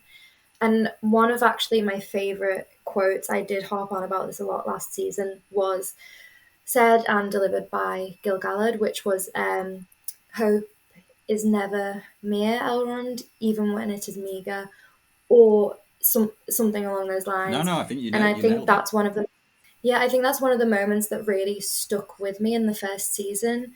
And I hope they give him more moments like that where it's him and Elrond, and you kind of see him step up to be almost this kind of surrogate father. He is this father figure, and we know that Elrond, he laments on it in season one, is missing that figure in his life. So I think I'm very excited to see that relationship develop, Elrond and Gil-galad. And then I know I'm going back to Numenor, and it probably will not happen in season two, but we're going to eventually have this alliance between Gil-galad and Elendil, which, going way past season two, is probably my most anticipated thing for the whole show. Yeah. Probably, when we finally get these two actors together, it's going to be kind of like a gold mine. It's just going to be Mm. incredible. But yeah, I think there's so much potential with Gil-galad, and I don't think it was completely unlocked within season one. But I have high hopes, and I really, really do hope to see a lot more of him in season two. I just think with the focus hopefully being on Celebrimbor's storyline, that will kind of drive Gil-galad's story as well. Yeah, I think it's interesting. I think, not to bring it back to Círdan again, but I think having Círdan there will allow us to see a different side to Gil-galad, because Círdan, for those of you who've read the Silmarillion, know that Círdan, basically took Gil-galad in when he was a young elf, because again, we're not going to get into Gil-galad's parentage, but at least according to one version of the story, Gil-galad ends up at the Havens with Círdan, and so even once Gil-galad becomes the High King of the Noldor in the Second Age, a question for me has always been like, does he see Círdan in a way as a surrogate father or an advisor or an ally? What is that relationship like?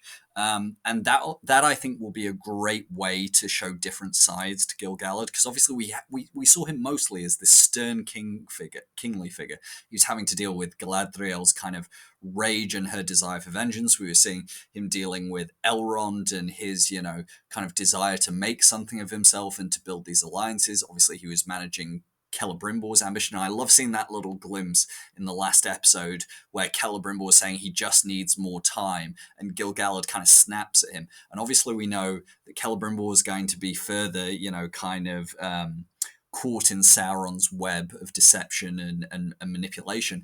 And I would be very interesting to see if we see more of that tension. Gil-galad is the High King, but to what extent does Celebrimbor start seeing himself as being an equal to Gil-galad? And maybe he doesn't want to take orders about what he needs to make and what he needs to do with his city and his own lordship. So I think that could be an interesting way to explore it. And then, maybe on the less serious side, but I know that everyone on Twitter who's a big Gil-galad fan is excited for this. I think a lot of people just want to see him pick up his spear and start murdering some orcs. Ben Walker, he's a physically imposing guy. We know that the rings he wears in season one, not rings of power, but just general rings. We know that they interlock as a sort of brass knuckles. So I think there's a lot of people who just want to see, to put it bluntly, Gil-galad covered in blood and slaughtering orcs like it's his favorite pastime.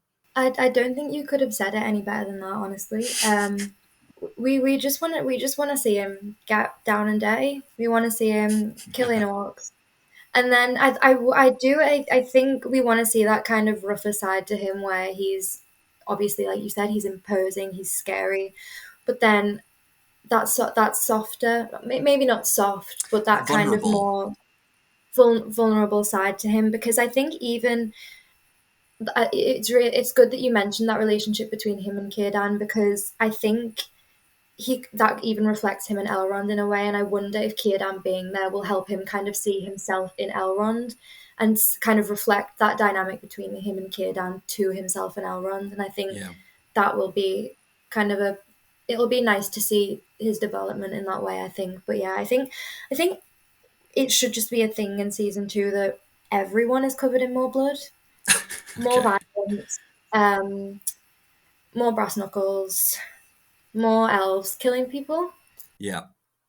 For those of you who don't know, Anna's a big fan of horror films, so if you want to explain why she wants to see more people covered in blood, there is a fairly easy connection to see there. Not making a judgment, just an Yes, there observation. is. Okay, now I want to talk about Elrond and Galadriel, obviously. But I think before we go any further, we've probably got to talk about Celebrimbor and the Rings of Power. Now, we've got the first 3 rings made. We should expect that they're going to go to, one is going to go to Gil-galad, one is going to go to Círdan, and one is going to go to Galadriel. Now, are we going to start season 2 and find that they've already distributed the rings? Is that going to be something that happens, in one version of the tale in Unfinished Tales, which is obviously a collection of Tolkien's, as it says, unfinished writings? There's a version where Celebrimbor only sends the rings away when he realizes Sauron's betrayal and sends the rings away for safety. Is that going to happen? Maybe, maybe not, because in this case, the Elvish rings were made first, whereas in the books they were made last. So that change is going to be interesting to consider. And if they are distributed, either before the season starts or in the first episode, what are we going? Are we going to see the rings use their power of preservation? Is Galadriel going to start turning her mind towards preservation over vengeance? I don't know. So I don't know whether you have any thoughts on that. And I guess let's just combine that and let's talk more about. We know we want more from Celebrimbor. We know we want Sauron back involved. We want the forging of the 7 and the 9, and eventually what happens to Eregion and any banners that may be made out of the aftermath of the battle. But I guess let's just bracket all of that under the show is called The Rings of Power. What do we want to see happen with both the existing 3 and the 7 and the 9? Yeah, so I think I'm going to start with your point about where the rings will be at the start of the season. And I hope that they've not already been distributed. What I want to see at first, I think, is because we know that Celebrimbor is kind of falling, at least throughout this season, further into this web of lies set by Anatar, Sauron, Halbrand, whatever form we see him in. And as you said, it kind of builds this tension between at least him and Gil-galad. He's almost maniacal at one point, talking about the rings and how he just needs more time. And I think that that's such an interesting way path to follow for his character. And one thing he did mention, by name in the first season was Feanor. Mm-hmm. And what I would love to kind of see reflected is this kind of reluctance to give up one's creation. Feanor's kind of hamartia was this unwillingness to part from the Silmarils.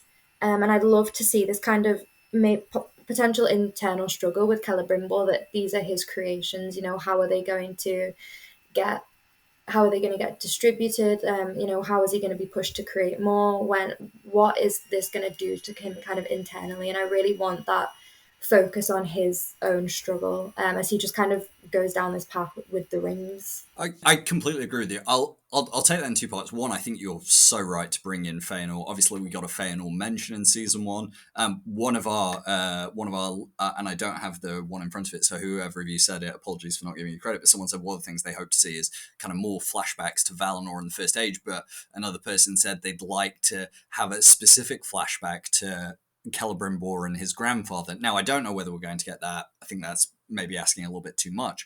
But like you said, I think they should, they've already mentioned Feanor, they've explained the Silmarils a little bit as much as they can with the rights they have. I'd like to see them build on that. And to your second point about not wanting to give your creations away, I think they could go that way.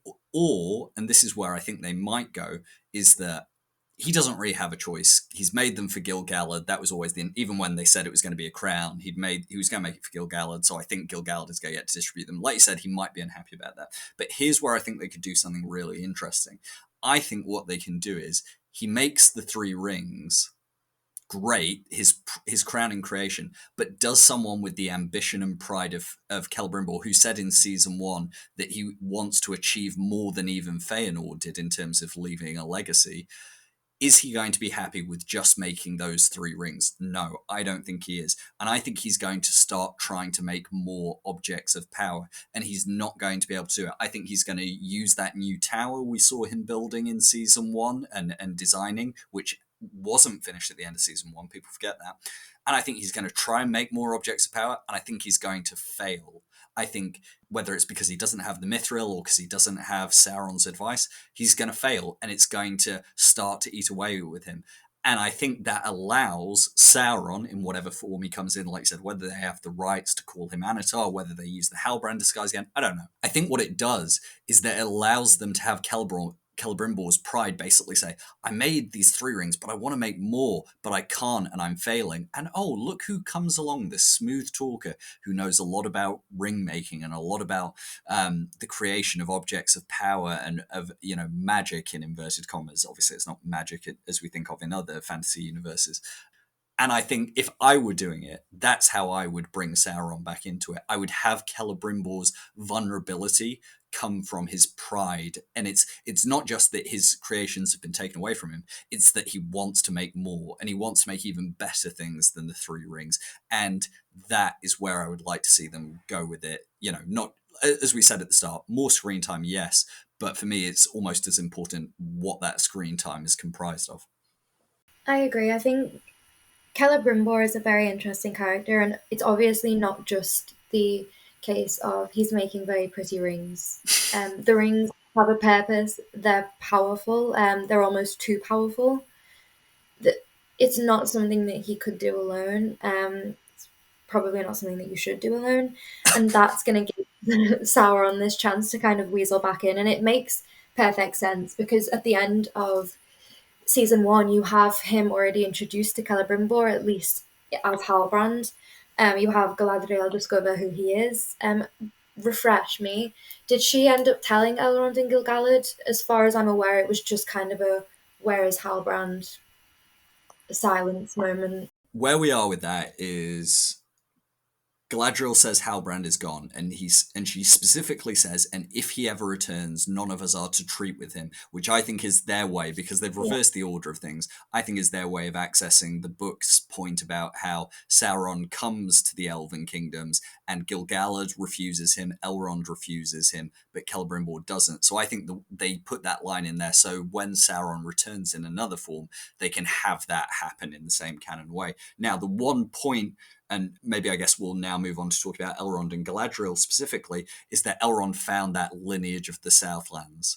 So he clearly still has his suspicions about who Halbrand was and why he's gone away and why Galadriel won't talk about him. But technically, as far as we know, Galadriel has not told anyone that she's realised that the guy she brought into Eregion is the Dark Lord himself. Yeah, so that's kind of where I thought they left off. So I think it will be interesting to see how they kind of reintegrate him to the story. Listen, everyone and their mother knows about my feelings towards Halbrand. I've never tried to admit that. However, it's not for that reason that I say that I would love it if they explored these different forms in season 2. I mean, Anatar is a shapeshifter. Sauron is a shapeshifter. We know that it's kind of one of his core abilities, really, and that's what I hope we explore. And we've seen him go there as Halbrand. That felt to me like them saying, kind of, he's been here in this form, so he won't come back here like this again. And I don't think we've seen the end of Halbrand, because as far as I'm aware, Charlie probably is still involved in season 2. 100%, yeah. Yeah, which is good. Listen, I dislike Halbrand, but I think Charlie did a great job with him. But I would very much like to see him return to Eregion in a different form. However, that being said, I don't want it to be another guessing game. I feel like we did that with season 1. And I know people probably from the start were basically like, right, Halbrand is probably Sauron. But I don't want season 2 to feel like this big mystery of, oh, who's Sauron, who's Anatar, which one is he? I don't think the audience needs that, because we know what happens. We know that he's going to be there in some form. And I think it would just be so much more interesting for the plot, for the dynamic between him and Celebrimbor, for the rest of the elves at Eregion, for us to know who it is, for us to just Yeah. kind of watch it play out in real time, and not try and have this kind of moment where they blindside us with his true identity. I think that would be very unnecessary.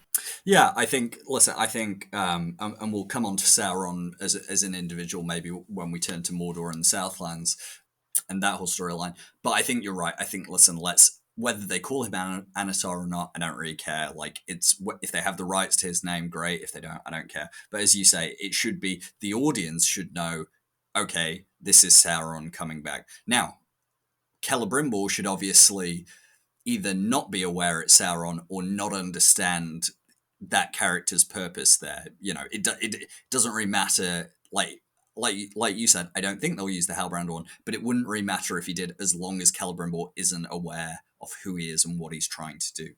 And I think, yeah, I think I agree with you. We don't need that particular mystery box, and I am fairly confident that because of everything they're going to need to do with Mordor, everything they're going to need to do with the Eregion, I think we're going to see, whether I assume for the Mordor stuff, Sauron's going to stay in his Halbrand form. I'll talk about why later, but essentially because it's not just orcs fight for him, men fight for Sauron. And so when he goes to try and convert more men to his cause, he's not going to go in the Anatar form. He's not going to go in the Dark Lord evil form. He's probably going to go in a form they'll like, perhaps one who they've already think is their king, as we saw in season 1. But let's close off on the Elvish storyline by just going over our last year. And maybe we should have given more time, but we're going to have so many more conversations in the months leading up to the show, so let's not worry.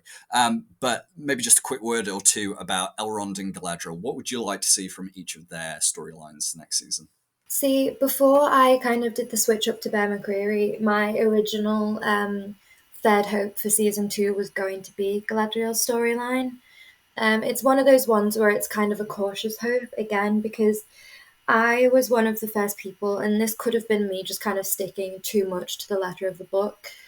I was one of those people who didn't like initially the Sauron reveal. I didn't like that Galadriel had been the one to be blindsided with him, when we know at least at one point she is not fooled by him. So my original thought was that I didn't like that. However, kind of looking at it from a 5-season perspective, the Galadriel that we know now is not the same Galadriel that we know in The Lord of the Rings, in The Hobbit. And to get to that point, she's got to go through these things that kind of change her and shape her as a person. So I think there's kind of potential for it to go wrong, because what I don't want is, we see her start off as this kind of coldish, slightly overconfident elf.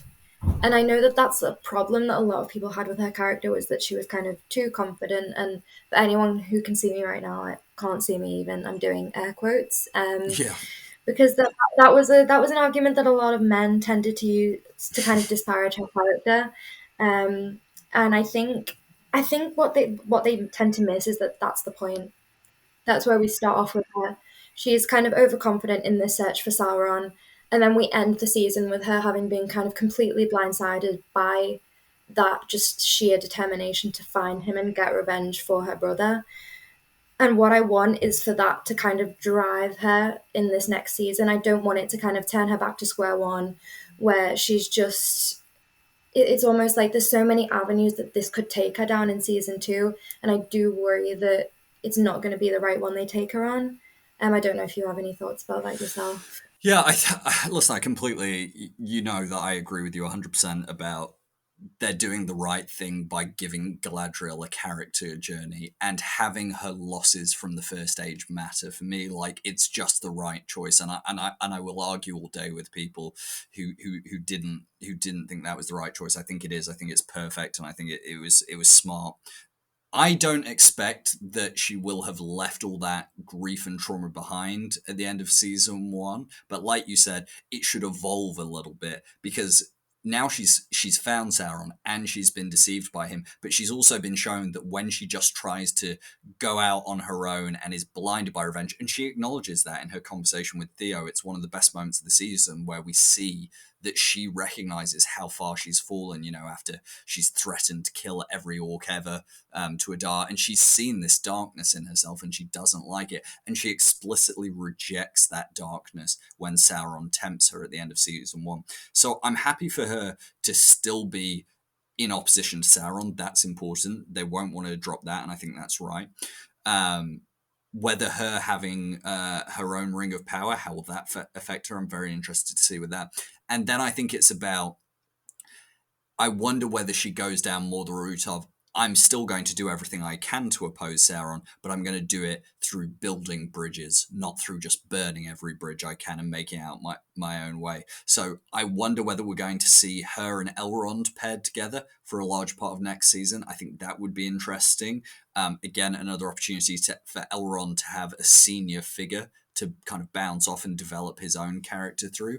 And whether that's through, I don't know, maybe Galadriel will interact with the woodland elves, the kind of sylvan elves who she will one day rule in Lothlorien. Whether it's maybe she's the one who tries to bridge some of the gap with the dwarves of Khazad-dum now that Elrond's been banished. We don't know. Maybe that's a route. There's so many different ways they could take her. I genuinely have no idea which way they'll take her.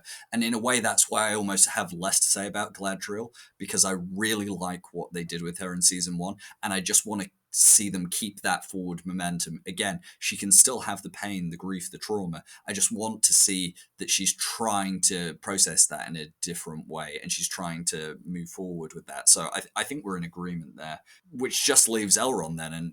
And to be honest, I don't have a lot of thoughts about Elrond, except I'm kind of excited that, as much as I love the dynamic between Elrond and Durin, I'm kind of excited that they've separated them now. And Elrond's got to find his new purpose in his new closeness. And I don't know what form that's going to take, but I wonder whether it's going to be about, again, him becoming more of that herald of Gil-galad, forging alliances, whether that's with other elves, with men, working with Círdan. I don't know. I think Elrond, they can do anything with him because Robert Aramayo is so brilliant. I'm just excited for it, but I don't know if you have any specific hopes for him. No, I mean, I think that's where I agree with you. It's like I said, there's so many avenues that Galadriel's story could take. I think it's completely the same with Elrond, and I think that's why it would make sense to pair them up. And I think, I from the going to see the premiere of season 1, not to flex, Robert Aramayo was the standout to me in those kind of short moments we had with him in the first 2 episodes as Elrond.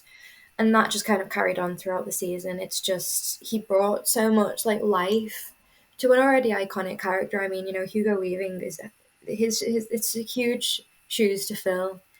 But he brought this kind of pre Lord of the Rings Elrond, who's just he lives up to that description of as kind as summer.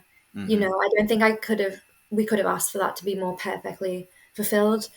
But very much, like I said before, the Elrond that we know now is not the Elrond that we know by the time we get to The Hobbit, The Lord of the Rings. There's so much that's going to happen with him and to him. There's so much he's going to lose that he's not already lost. Because listen, if there's anyone who loses a lot of things in Tolkien, it's poor Elrond. Yes. And I think there's so much potential for everyone, I think, at the moment, and he is one of them that I'm really excited to see. I think it will be a bit of a struggle, at least for the kind of showrunners, because Elrond and Durin were possibly the most popular part of the Rings of Power season 1. Yeah. Even people who didn't really like the show liked that part of it, and I think it brought up this kind of reminiscence of the Lord of the Rings films for a lot of people, that kind of close relationship between the elf and the dwarf. And I think that it was done really well, but I do like.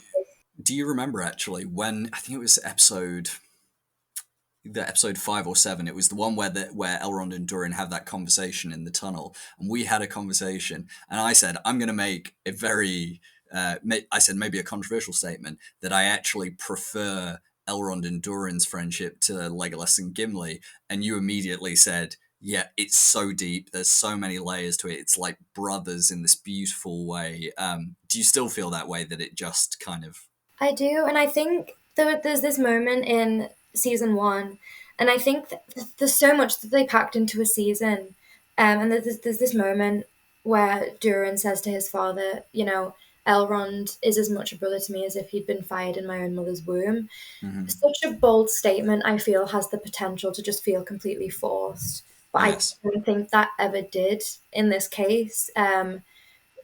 That relationship is probably one of the strongest, I think, in that season, and that is kind of partly down to Robert and Owain. They had great chemistry just as actors.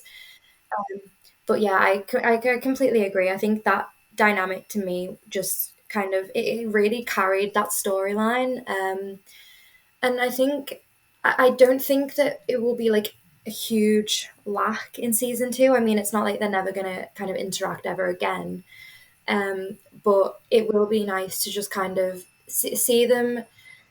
I mean, honestly, I don't know what's going to happen with the dwarves, so maybe that's kind of a good segue into it. But it will be nice to Yeah. kind of see Elrond and Galadriel. I mean, we already know how important they are to each other in the long run. I mean, Galadriel is Elrond's mother-in-law, eventually. Yes. So that is a relationship that we absolutely need to see more of. I mean, Yeah. in the start of the season, I think this was just people with who read way too much into things, because Galadriel and Elrond held hands at one point, as close friends often do, and people were like, "Wow, the Rings of Power is making Elrond and Galadriel a couple." I remember I got in an argument once with someone on Twitter when they said, "Oh, why are they why are they in love with each other? Why are they romantic?" And I think I just said something along the lines of, I pity you the fact that you don't have friends you love, because it's like there is such a thing as platonic love. There is friends who are as close to me as any relationship I've ever had, and I think having Elrond and Galadriel and I don't even think they're that close. I think it's she, again, she is almost a mother, and obviously she will one day be quite literally a motherly figure to him, as you've said. But as we saw in season one, he admires her, he's in awe of her, but he also cares about her as a friend. And again, it goes back to this idea that you've touched on, and that we should always remember with Elrond. He's lost his parents, he's lost his brother, he doesn't have a home really, he doesn't even really have an identity, as the showrunners and Robert Aramayo have talked about. As a half elf, he is alone in the world, and that's what I'd like to see them continue to explore. And I guess the last thing I'd say on Elrond is that pair him up with Galadriel, pair him up with Kid, and pair him up with whoever they like. I have no doubt that Robert Aramayo and the writers will knock it out the park, because I think they haven't put a foot wrong with him yet, and I expect to see that continue. Absolutely. And I think just to go back to kind of these dynamics that we're hoping to see between the characters, I think that a lot of that is down to those small moments that you mentioned kind of towards the start of the podcast. I mean, you talked about that moment between Elrond and Durin on the lift where they kind of just go into why Durin is so angry at Elrond. And Mm. it's moments like that that I think if they just kind of they carry that on into season two, there's just nothing that won't work. Yeah. And I just think it's so well done. I mean, even in and it's crazy to me as you said we kind of get into the stupid Twitter arguments with these people who say why are they kind of pushing romance between these people, but I don't understand how you can think that as a Tolkien fan, because I mean one of his most reoccurring themes is the importance of friendship and the importance of platonic love and just how powerful it is, and I think the Rings of Power really really understands that well. Yeah. No, I think we're in total agreement there. Okay, let's briefly. We've still got two main big storylines to go, but we'll just briefly touch on Khazad-dum. So we'll briefly touch on Khazad-dum, and we won't have as much to say here. But of course, I wrote a little reminder of where we left off with our three main characters there. So where were we in Khazad-dum? Well, it's a family drama in the Dwarven halls, following Prince Durin's falling out with his father, King Durin, over the mining of Mithril. Seemingly stripped of his princely title, what will the son do now to either win back the trust of his father or forge a new path for himself and Princess Disa? As for the carven halls and delving tunnels of Moria itself, let us not forget, not that we need to after our earlier conversation, that they did manage to interrupt the Balrog's nap time. Will he be like me and hit the snooze button on his alarm to continue his long rest? or are the foundations of the Dwarven Kingdom set to shake and rumble? I'll answer that first one. We're not going to talk about the Balrog. We both hope he doesn't appear for another 3 seasons, so who gives a shit about that sleeping, fiery cat that's in the basement? We're just going to pretend it didn't happen. More importantly, Elrond's gone, but what would you like to see from Prince Doran, Disa, and the King? Do you have any hopes there, or anything you'd like to see there? One of my hopes is that that storyline doesn't kind of get put on the back burner.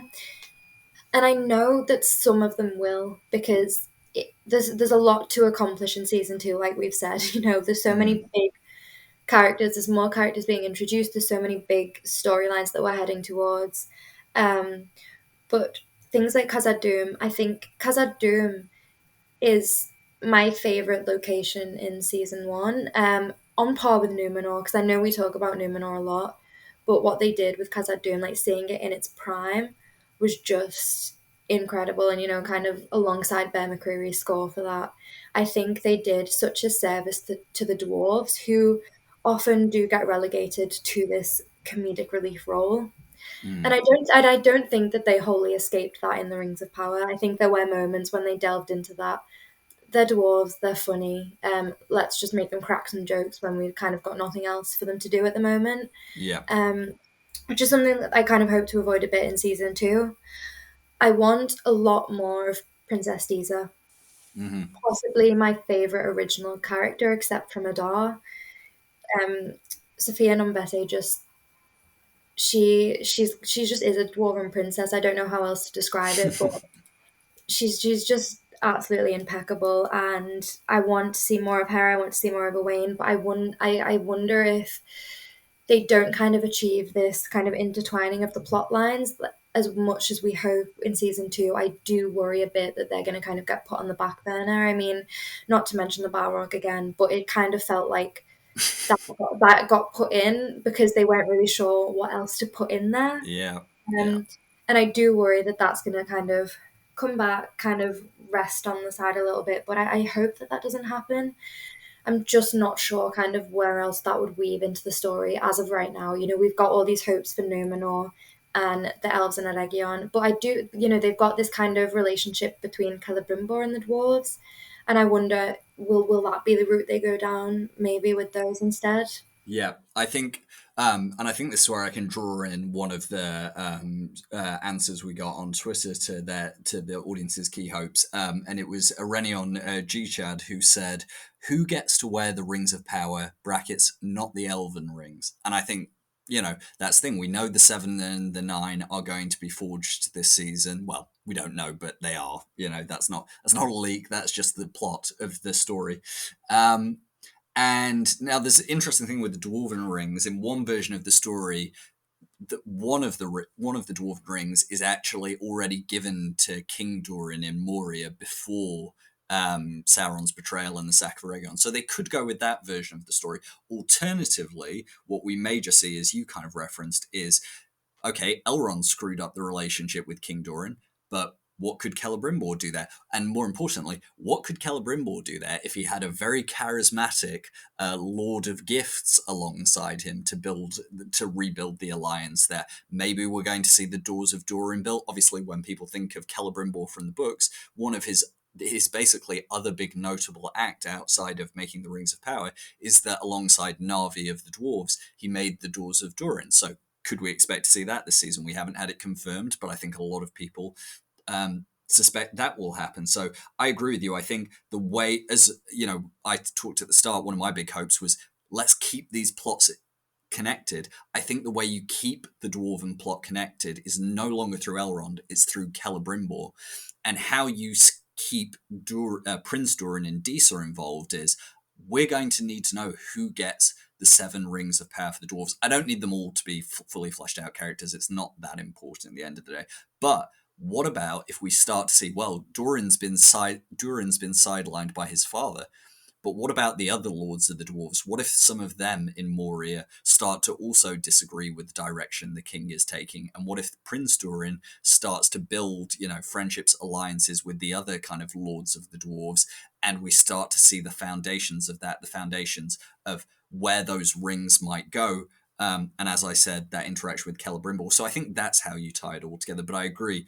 I think Disa's integral to that. We saw in her last scene with Durin in season 1 that she was the one saying to him, "Don't worry about your father. One day we'll rule this place, and together we'll mine the Mithril and we'll make this kingdom better than ever." So I think there's lots of potential. Now, do I expect them to have a lot of screen time? No, but then again, they didn't. If people are outside of Elrond being there, they didn't have a lot of screen time on their own, and I think that's fine. I think that's okay. The other place we might see them, if we do get the full Battle of Eregion and the aftermath, obviously in the books, the dwarves at one point show up to try and help the elves out. Now, they're not completely successful, obviously. The city still gets sacked, rings get taken, Celebrimbor ends up being a piece of, ornamental decoration, shall we say. So there's an opportunity there.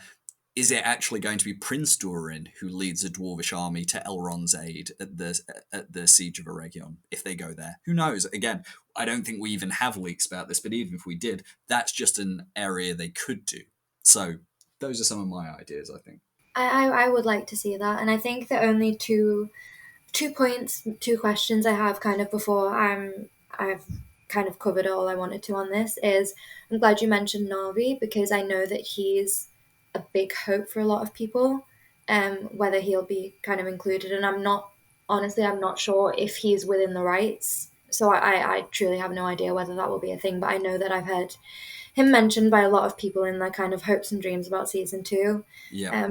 Which will be interesting, because that's another one of those relationships that we know about, those kind of him and Celebrimbor, and together they fought at the doors of Durin. I mean, let me put it to you this way. Is there a scenario where, in order to give Celebrimbor more screen time, yes, they have the relationship with Na'vi, but more importantly, is it sort of like on one shoulder is the angel Na'vi, giving him good advice, and on the other shoulder is Sauron going, no, you should make more powerful things. No, you should listen to me. And so I wonder whether, in order to give Celebrimbor even more depth, you bring Na'vi in not just for the Doors of Durin, but to give him a positive friend, not one who's manipulating him. So maybe they could do that. Yeah, because he needs that temptation, but he needs that kind of reason to go back to the light as well. And I think that's a very important part of his character. Yeah. And then my last thought on Celebrimbor, I've said this about quite a few characters, very tragic character. Do you believe that by the end of season 2, he will become Celebrimbor? So I actually have two thoughts on this, and this isn't influenced about leaks, but we've heard there's a 2-episode battle, so we likely think that's going to be the Siege of Eregion. That's what we assume we'll see. Now, I think there is a scenario where you could end it on a cliffhanger with the siege being the city being sacked, the famous moment of Celebrimbor alone. He withstood Sauron on the steps of the Myrdain, which I can't wait to see. That is one of my all-time favorite lines from Unfinished Tales. Now, there is a scenario where you have that and have Celebrimbor being captured by Sauron, but we don't know his fate at the end of season 2. And you shock people at the open of season 3, people who haven't read the books, with opening shot, Sauron's army marching and Celebrimbor on a banner. You could do that. I will say, don't do that. I don't actually like end of season cliffhangers. I think you have Celebrimbor captured, tortured, not graphically, because this isn't that type of show, there are other shows you can watch if you need to see graphic torture porn, naming no names. And so I think you just do it in season. I think if you're going to have the Siege of Eregion and the sack and Sauron's betrayal at the end of season 2, you go the whole way and you give Celebrimbor the tragic send-off. Maybe it's even in the last episode. You see, here's one way I could see it, and this is just my artistic brain going into overdrive. The last shot you have regarding Eregion and Sauron in season 2 is Sauron leading his army away from the burning wreckage of Eregion. And as the camera pans back from Sauron, you see his army, you see Eregion burning in the background, and then as you fully pan out, you see Celebrimbor's body on a spike, basically. So that's how I would like to see them do it. I think that would serve as a good parallel to his kind of the way we leave off Sauron in season 1. We just have him kind of, he's left Eregion at that point, and he's just walking towards what we now know as Mordor. not a huge fan of those shots because I do still think that it looks like he's wearing a hoodie when it goes quite close up to him. Sauron went to the Gap. But I think that could kind of very well reflect him and just kind of be even like a visual aid to show the difference between him in season one and season two. But I will say that before I kind of knew any of this about the 2 episode battle, I'd been hoping that the Siege of Eregion would happen in season three. I I didn't want it to happen so soon. And when I first kind of realized that probably was what was going to happen, it didn't kind of really like sit properly in my mind. And I think that is partly due to how little we saw of Celebrimbor in the first season. So I don't think it's a completely irredeemable plot point for me. I think depending on that, and I think that's why Celebrimbor's story is so important for me at this point in time, is that depending on how well that is handled, the Siege of Eregion as the climax and the finale to season two could be absolutely incredible. But Yeah. if that's not built up properly, it could fall so flat. And Yeah, I do. the truth will be, if it's not built up properly, we'll basically get to the end of season two and we'll have the same conversation we're having right now, where we say, great, much like the Sauron reveal, we kind of said, technically, and as a scene, it's brilliantly done. But did we exactly like the way they got there? Not quite. And it could be the same issue.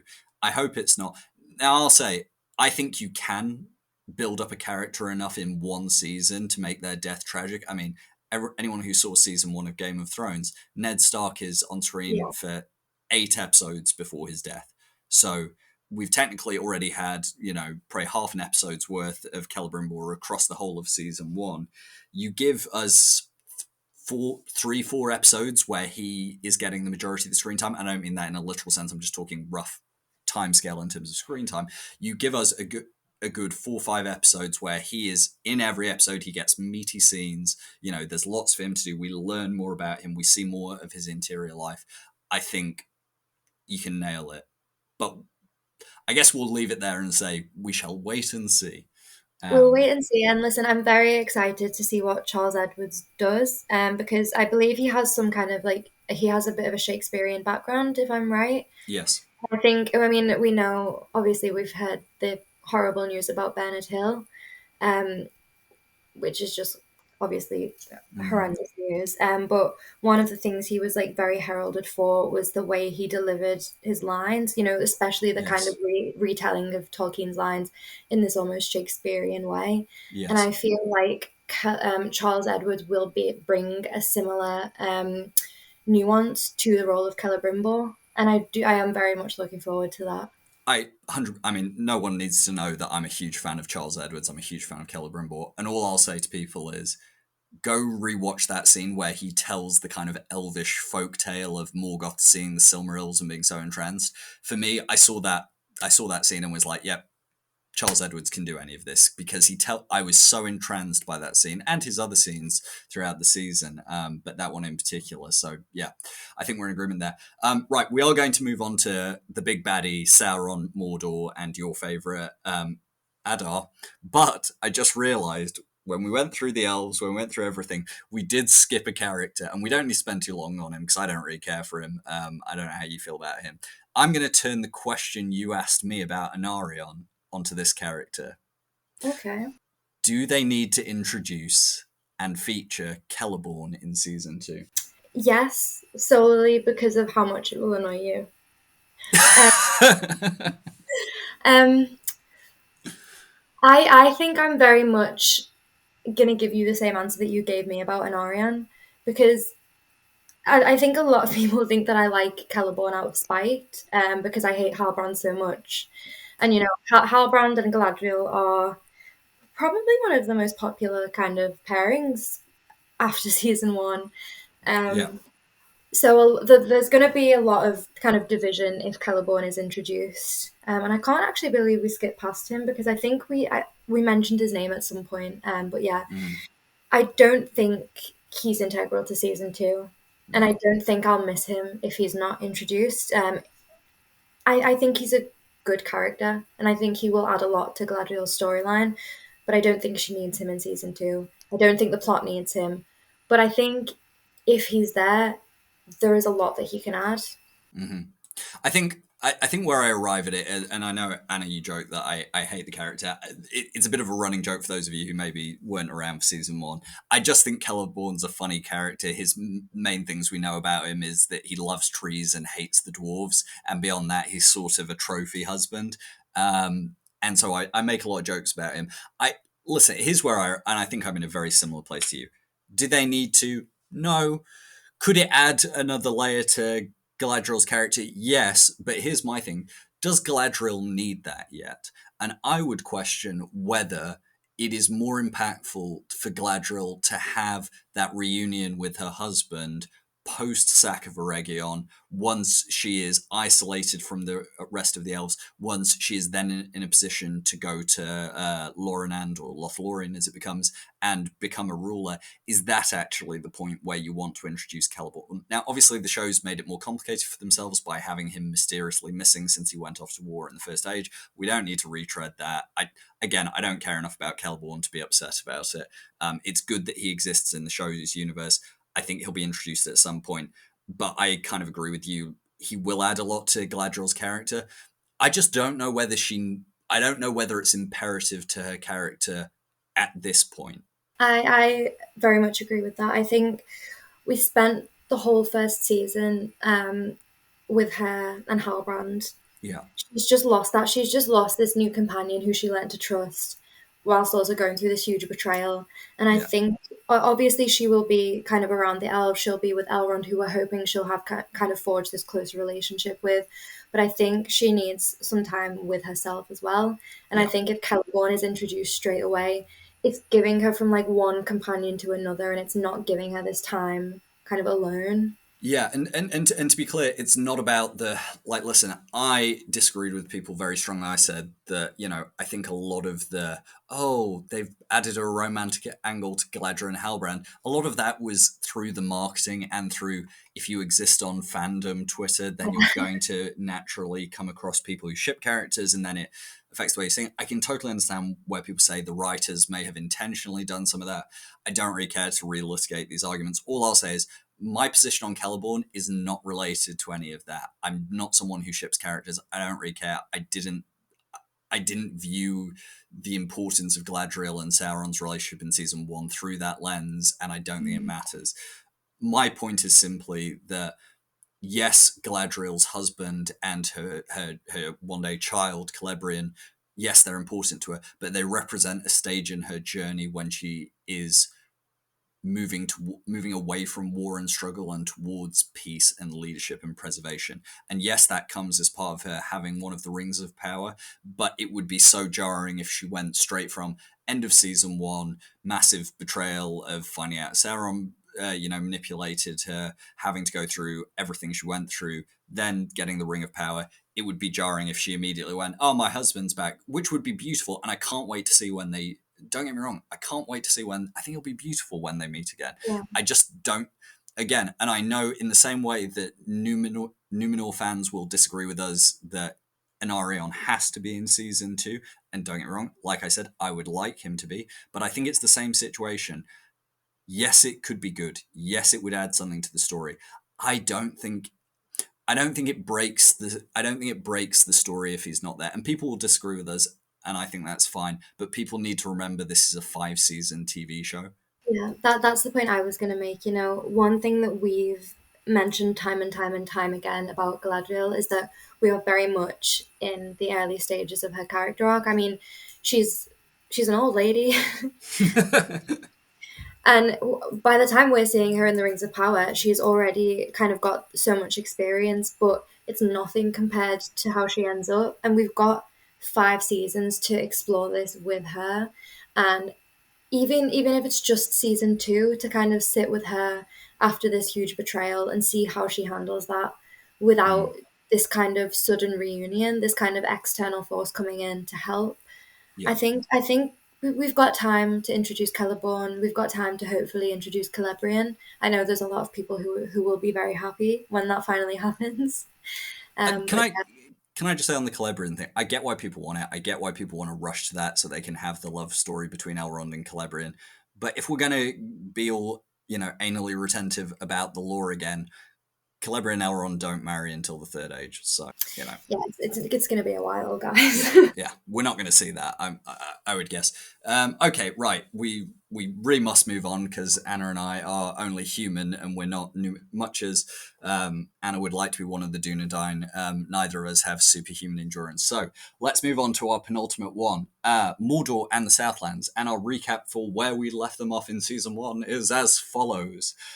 Home sweet home calls for Sauron now that he's had to abandon his Halbrand disguise, and last we saw he was eyeing up the ashy real estate available in his long-awaited kingdom. But is he going to be able to find a way to live amicably with Adar and his orc children, or are we set for the biggest showdown since Godzilla fought Kong? And let's not forget all those people who used to live in Mordor.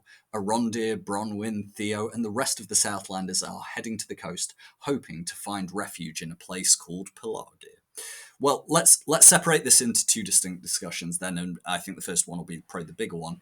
Sauron, and do you know what? We've covered everything that he might do in Eregion, so the audience, hopefully you've had enough from us now. We're just going to focus on what Sauron will do away from that.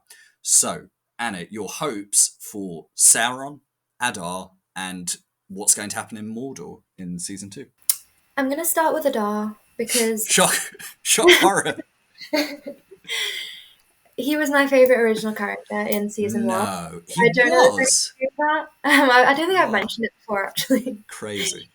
But I think he was incredible. And like a lot of people, the news that he was recast after season 1 did hit me quite hard.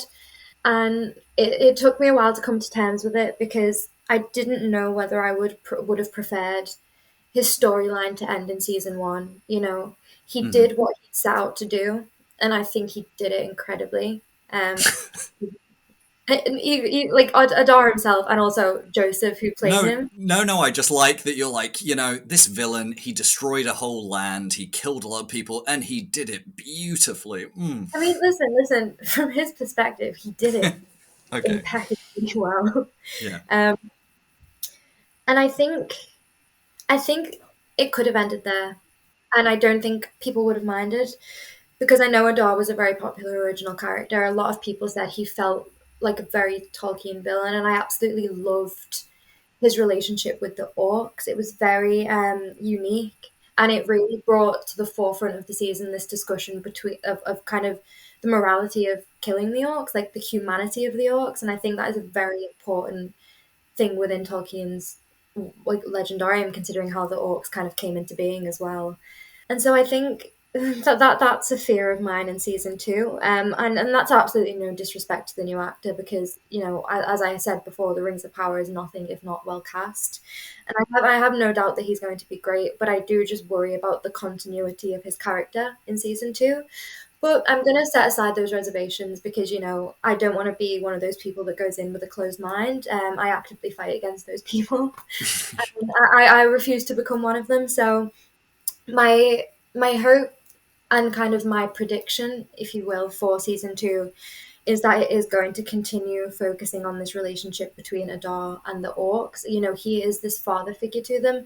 And I think that will be a very overarching theme within season 2, just father figures and these kind of mentor-like relationships in general. I mean, how much have we spoke about them within these other storylines already? Yeah. It's such a reoccurring theme, and I think that is a very interesting kind of path to take in season 2. And I think it will be only solidified more with the presence now of Sauron or Halbrand, whatever form he is in there, because we know that he does not have quite the same sympathy that Adar has for the orcs. Yes. He doesn't have the same sympathy that Adar has for anybody, really. And I think that Adar will become this more sympathetic villain in comparison to Sauron. Yeah. Questioning even kind of his role, the role that he played in it, because these are his children that he's going to see. And he held this position of power, he was the one that kind of set the stones for the creation of Mordor. That was him. These are his children that are following him. And he set the stones now for Sauron to come in and take over. And I think that he's going to struggle with that. And I'm very excited to watch that play out and watch that happen. I think I'll briefly touch on the recasting. I've talked in the past about why it happened. I'm not going to get into that now. Safe to say it wasn't about the quality of the performance. It was behind the scenes issues, and we don't need to cover that. It's happened. It's done, and I understand why it's happened. I'm very confident with Sam Hazeldine. He's a brilliant actor. He's been in lots of shows, not often in leading roles, but then again, this isn't a leading role here either. And for those of you who watched the Netflix adaptation of Neil Gaiman's The Sandman, played a brilliant villain for 2 episodes in that. As Oh, I I've think not his name is. actually seen that, so maybe I should kind of give that a watch before season 2. You'll love the show anyway. I think it's very up your street, but also great to see him in that, and plays a really nasty villain in that. And I think that's one of the things that I'm interested in, the Sauron Adar dynamic. Because obviously Adar reportedly, or he claimed, he split Sauron in half. So are we going to find out more about that? And what is that relationship going to be like? I think you hit on that point of Adar sees them as his children. Sauron sees them as tools for war. For them, they are automatons. They are meat for his machine of war. But I think there is something interesting with Adar, where he kind of acknowledges the hypocrisy in what he says when he has that conversation with Galadriel, where she says they are not children, they are slaves, and he says yes, but each one has a heart, a name. But what I think is so interesting about that is he doesn't deny they're slaves. And I think there is a hypocrisy there that, not in a bad way, but what I'm trying to say is, I had a lot of arguments with people after that episode where people said, oh, Galadriel was evil and wrong and Adar was right about everything. And I have to go back to this idea that just because a villain is very charismatic and makes very good speech does not mean you should believe everything they say.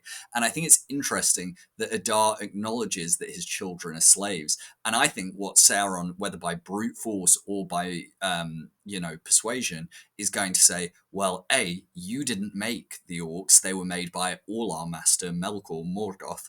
And secondly, I'm the Dark Lord now, and you bow to me, either you agree to bow to me, or you are going to be destroyed, and I'm going to destroy all your children. So there is that really interesting dynamic of how that's going to play out. Is Adar going to be subservient to Sauron? It's hard to see, given that he tried to kill him, but is he going to have a choice because of Sauron's control over the orcs, and how will Sauron control the orcs? So I agree, it's less about Adar individually as a character, or Sauron individually. It's what a great original character to then explore this side of Sauron, I think. I think it's interesting, and you raise a very good point about Sauron just kind of seeing the orcs as these autonomous tools for war. Because I think the reason Adar is so interesting, and why people were so quick to just kind of say that everything you said was right, is because the way Sauron views the orcs is the same way almost that Galadriel does. Yeah. And the way that there's no kind of black and white when it comes to the orcs. The good side, Galadriel, the elves, they see the orcs as these kind of killing machines that need to be kind of wiped out. There's no hesitance when it comes to killing them. Yeah. They're just kind of bodies to aid Sauron. And then on Sauron's perspective, it's the same thing. They're just tools to be used against the elves. And then Adar is just this person in the middle who, as you said, he still views them as slaves. He will use them to get what he wants. He uses them to create Mordor.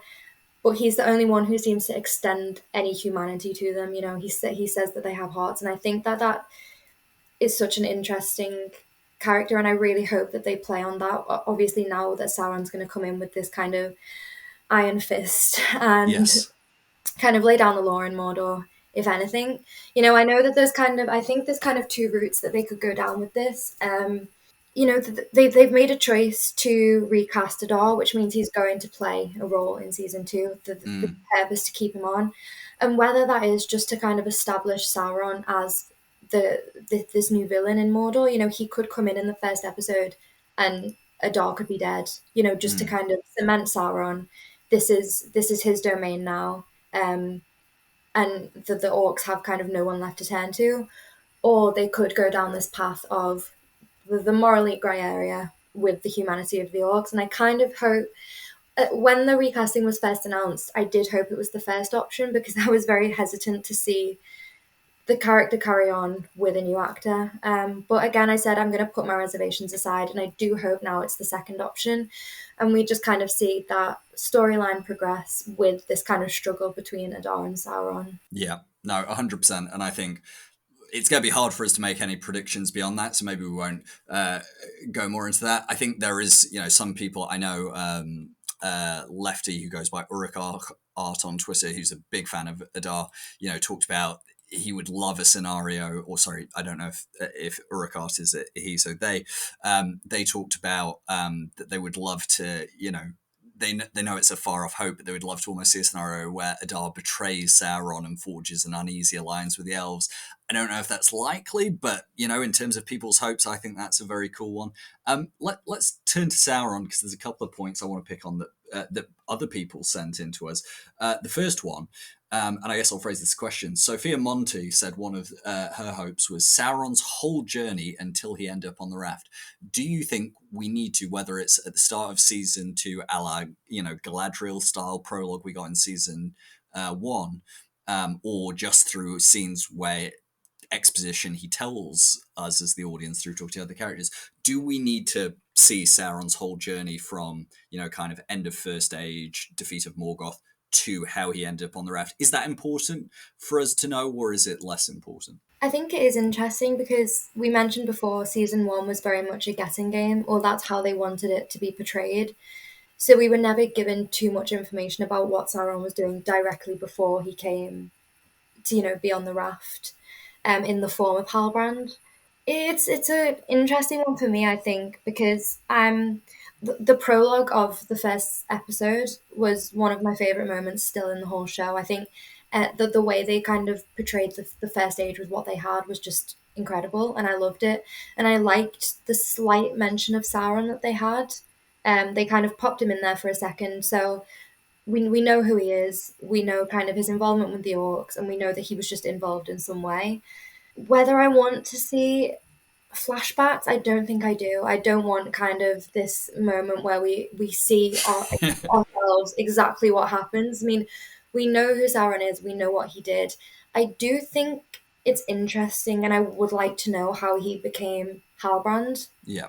Because it was such a specific personality, appearance, role for him to kind of take on. Yeah, I think there's that question of, we know that Adar thought he killed him when he split him open, and we know the next point he's on a raft. So maybe, like you say, maybe we don't need, because we kind of know who Sauron was in relation to Morgoth. We got that even in Galadriel's prologue, but maybe we need that bit in the middle, what he was doing kind of post Adar trying to kill him and pre-meeting Galadriel. Yeah. And I don't think we need that as a specific flashback. Like, I don't need to see it happen. Yeah. But even if he talks about it, like, I'd like to know kind of the reasons behind choosing Halbrand. Because listen, Halbrand was a very annoying man sometimes. Why, out of all the personalities you could have chose, why that one? Let it go, Anna. Let it go. I'm trying. Trust me. This is me being good. Yeah, but, this is just some kind of prolonged therapy 18 months later. It is. I've not had a chance to bitch about him for 18 months. Sorry, you can beep that out if you need to. It's fine. But yeah, I think the moments leading up to that raft, how did he end up right there, right then, and why was that the form he chose? Yes.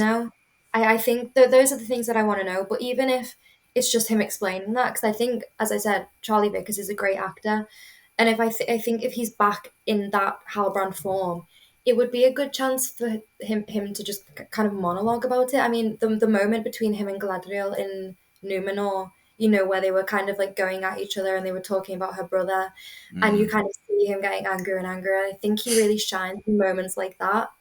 Yeah. And I'd love to see something like that, but it's just kind of him reflecting on how he kind of got to that place, because we've not had a lot of that with him as Sauron, considering we weren't supposed to know he was Sauron until the very last episode. Yes. No, I think I almost don't have anything to add. I think it's perfect. Like I said, I've heard some people say they could invert the season 1 opening and give us a Sauron prologue in the same way.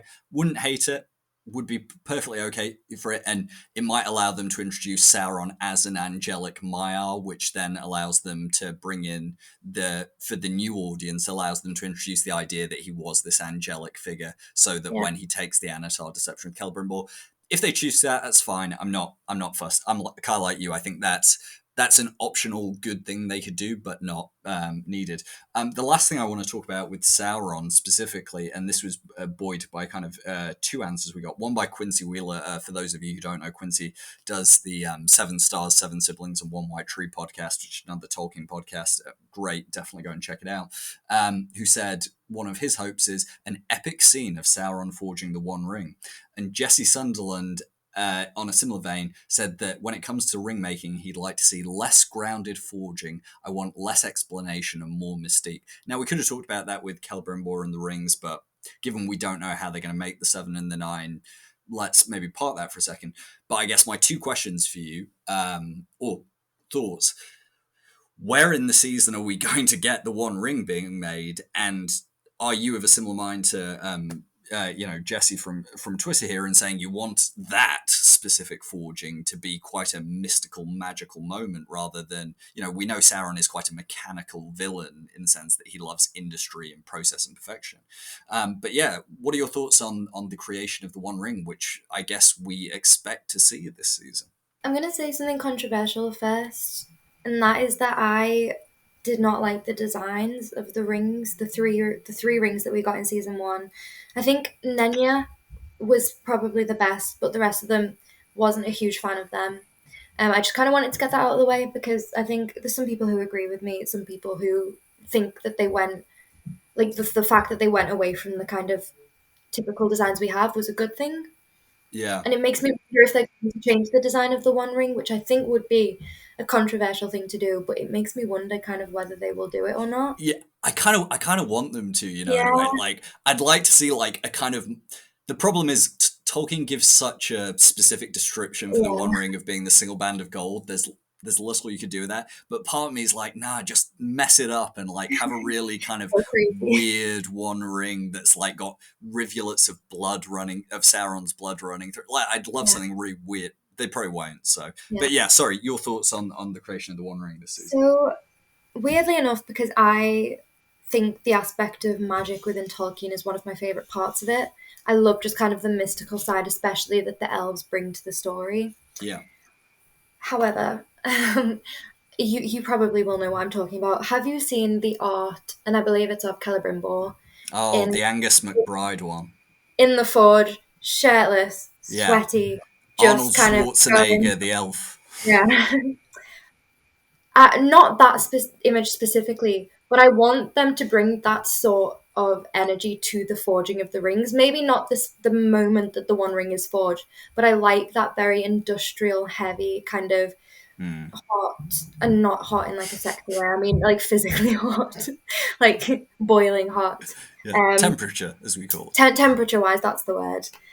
That's what I want more of, I think. I'm not sure why that again is a controversial artwork. I know that it is, but I think maybe the One Ring. I think if they kind of meshed those elements together, kind of intertwined the magic with that just kind of raw industrial feel, I think that they could create something very special with that, because the One Ring is just this kind of band of gold. It doesn't look particularly magical or anything like that, but the magic is there. So if they mesh those two things together, for me, I think that would be kind of like a perfect creation of the One Ring. Yeah, I think for me, I'm kind of somewhere in that middle ground where I'm like, my favorite thing about the magic in Tolkien is there's that great scene in Fellowship of the Ring where the hobbits are asking the elves in Lothlorien about saying, oh, are these cloaks magic? And they say, well, what do you mean by magic? Is it about, yes, they're made a certain way. Yes, they are. We take great care with the material, all these kind of things. And the magic is more in the act of creation and the way it's gone about. It's not about chanting spells and incantations and all that sort of thing. Sparkles and glitter. Exactly. Like, I don't want that, but I agree with you that you know how in episode 6 of last season, yes, the way Mount Doom was forged was made was mechanical. The dam came down, the water went in. That was all mechanical. But when you saw the water go into the volcano, and part of it was Bear McCreary's music, part of it was the way it was shot, that felt magical to me. And that's what I think I want from the One Ring. Does there need to be some kind of visible magic? I don't really think so. But like you said, there needs to be an atmosphere to it. The reason I think the Angus McBride artwork is controversial is because, well, one, why is Celebrimbor built like he's been taking steroids since, the And elves listen, first awoke? this isn't me saying that this is how I envision Celebrimbor. I'm not saying that I No, want no. Charles Edwards to be shirtless, No, it's long the haired, vibe. and It's the vibe. I know. I know exactly what you mean. But I take your point. I think they got the atmosphere right for the creation of the three because that is separate from Sauron, so it should be beautiful. yeah, But I agree with you when they make the seven, when they make the nine, but most of all when we see Sauron make the one, there should be a menacing energy to it. It should yeah, be an act. The act of creating it is the evil. The evil isn't something that's poured into it. The act of creating a ring to dominate all other rings, that the evil is in the doing. There's not evil isn't some concept. It's what Sauron wants to do with this and what he's designing it to do. That's the evil. So I think you're right in that sense, that it's less about magic in a literal sense, or yeah, it's not even about the, like we almost touched on. It doesn't matter what the design of the ring is. What matters is what we feel when we see Sauron make it, and we should feel dread, or all those emotions. I agree. And I think we'll get that range of emotions because that is how Celebrimbor is going to feel. And I think that that's his reaction to the creation of the ring will be like equally as an important part of the scene as the creation itself. Yeah, yeah. We should. The moment Sauron creates the One Ring and puts it on his finger, we should immediately cut to Celebrimbor in Eregion, Galadriel, wherever she is, Gil-galad, Círdan, and we should see all of them, the ones wearing the rings especially, but I agree with you, I think Celebrimbor Yeah. should feel it as well. We should see the horror on their face, that it's like a ripple that goes through Middle-earth. I think that a lot of the things that Tolkien is just an insane writer because the essence of evil within his story isn't just this one person, it's a ring, it's a piece of jewelry. And I think that that's such a powerful aspect of this story is that it can be built up to the point that him putting on this one piece of jewelry will just make us feel so many different emotions, and I'm so excited for that point. I think I'm even more excited for kind of that the moment the ring is forged than I am for kind of like the battle scenes and stuff like that. I Yeah. think that will just have the most weight within the season, and I'm not too sure where I think it's going to fall. I'm not sure really where I want it to fall in the season. I'm hoping more towards the end. We've got to build up to that point, but I'm very Yeah. very excited for that. I think, if you want my prediction, and this isn't based on anything except for, like, I think the show likes rhyming in its structure as well as its story, and I think you could very well see a scenario in which Sauron forges the One Ring in season 2, episode 6, much the same way Mount Doom was created season 1, episode 6, and then that gives you 2 episodes for this battle they want to have, which we're assuming, like we said, we don't know for sure without consulting leaks or anything like that. We think that's going to be the Siege of Eregion. So you have episode 6 end with the creation of One Ring. That gives you 2 episodes to have Celebrimbor realize he's been betrayed, for Sauron to turn his ire on the elves, march on the rest of Middle Earth, and everything that happens with that. Unless there's anything else you want to say about Sauron, we don't need to talk a lot about it, but I guess a brief word or two about Arondir, Bronwyn, Theo, and the other Southland refugees heading to the coast and to Pelargir. Anything you're expecting from that, or just kind of quite openly interested to see where they go?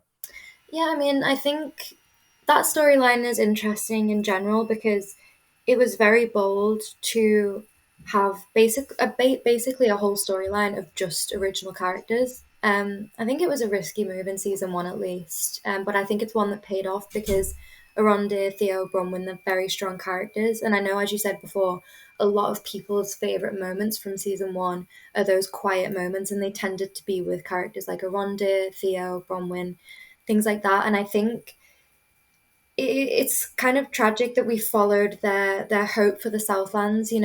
They had this hope that the king of the Southlands had returned, and that's just immediately dashed. We have the Numenorians who were there as well. They go home to Numenor.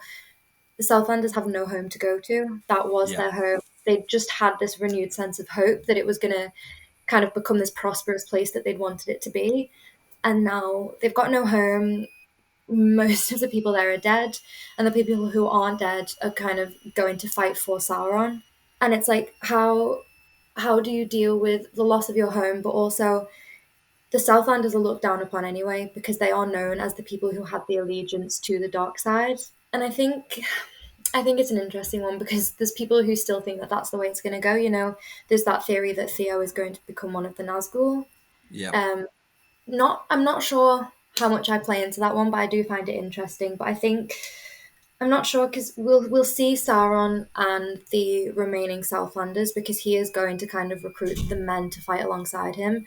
Yeah. Whether they will stay with those Southlanders, I doubt it. We know that they don't have that allegiance to evil Hmm. like some do, but I'm not sure. I think they're similar to like Belandil with me, probably because they are these original characters and there's quite literally anywhere they could take them.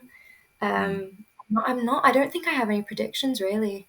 No, I guess I'm right there with you on everything you said. Very interested to see where Theo goes, whether he's got that sword. One of the commenters on Twitter reminded me that he's got that sword Galadriel gave him. Does that influence Yeah. his journey in terms of wanting to be a warrior, fighting for good?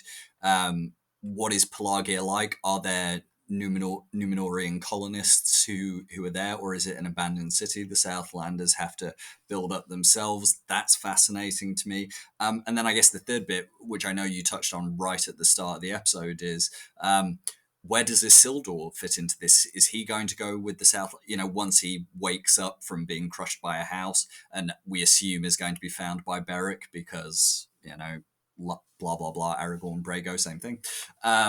Does he go with the Southlanders to Pelagia? Does he go somewhere else? So and I would like to see him do that. Partly because I think it's important for Isildur to build a bond with the lands he will one day rule. I think that's why they left him in Middle Earth from a writing standpoint. So yeah, I'd like to see him interact with Theo, and I'd like to have him have that other figure to look up to and maybe influence his future, like you said, whether he becomes one of the Ringwraiths or maybe he'll become one day the king in the mountain who breaks his oath to Isildur. Whatever he does, I think having Isildur interact with the people and the land he will one day rule, and specifically Theo, I think that's ripe for great storytelling. I agree, and I think Theo is a very interesting character. I mean, what I like about the potential for Theo is that you said obviously Galadriel gives him this sword, and you wonder if it inspires him to fight for good. And what I wonder is, as we said about the Southlanders, they have this reputation. And I wonder if he'll struggle to fight for good when he's kind of been told his whole life that he's not, and that he'll always have this allegiance deep down to the dark side. And I wonder if that will kind of be a struggle for him. And I'd love to see something like that play out kind of internally for him. Yeah. And for Isildur, I don't know. I would like to see him interact with the Southlanders. I mean, they have these kind of tenuous but established relationships. He came over to fight with them, so Yeah. they have that kind of connection already. And I do agree that, one day he's going to be king over here. It will be very interesting to see him kind of get to know Middle Earth before he even Yes. knows that one day it will be his home. I think that's going to be really interesting. And again, it goes back to that idea of Isildur in season one. He wants to serve, but he doesn't really know how, and it's quite a selfish desire to serve in a way. He wants to have purpose, and I think this season will be him learning about what service really is and what leadership really is. And again, inverse to what you brought up at the start about how does Elendil deal with the fact that he thinks Isildur's dead? How does Isildur deal with the fact that he thinks everyone gave up on him and abandoned him? They didn't believe he could survive. Now, obviously, there's lots of reasons why they wouldn't think that, but we know Isildur is he's still quite young and immature, and he's still dealing with a lot of self-doubt and a lot like Elrond, who he's meant to be and what he's meant to do and what his purpose is. So I think that could be interesting as well. But yeah, I think that's an area where we know the least about what they could do because this is such an original storyline. But like we say, it crosses. And again, we haven't even we did a bit earlier, but Sauron, is he going to go in Halbrand form to Pelagia, try and win the men there over? Are we going to see more of that? So many things they could do, but I would like that because it goes back to my overall point about let's keep these stories connected. So let's not lose the Sauron Halbrand connection to the Southlanders and the Low Men of Middle Earth. I think it's just one of the reasons that I love the Rings of Power is, as Tolkien fans, we always want more Yeah. more Tolkien content. what I like about it is that we're seeing some of the most powerful characters in his legendariums, Lord Elrond, Lady Galadriel, King Isildur, King Elendil. We're seeing them learn the skills they need to be those leaders. And I think it's such an interesting place to start with these characters. And I'm really liking that we're just kind of going along for the full journey. Isildur is going to be king one day, but as you said, he doesn't even know really how to serve. He got kicked out of the Sea Guard. Yep. He kind of fails on his first ever military mission over to Middle Earth. It's just things like that. We see him go from that to a king, and I think it's such an interesting place to go with these characters. Yeah, 100% agreed. Right, we have now been going for 3 hours, so we must just do the Harfoots, get it done. And this is not because we both said we like them, but we must do them. So a very, very, very brief recap of where we left the Harfoots in season 1. I hope you're still enjoying my comedic summaries. The Harfoots, well, the Harfoots are on their half feet and are off on a wandering day. Badumch. Following the showdown between the stranger and the mystical mystics, our bearded giant knows he must go east to find the answers to a land called Rhun.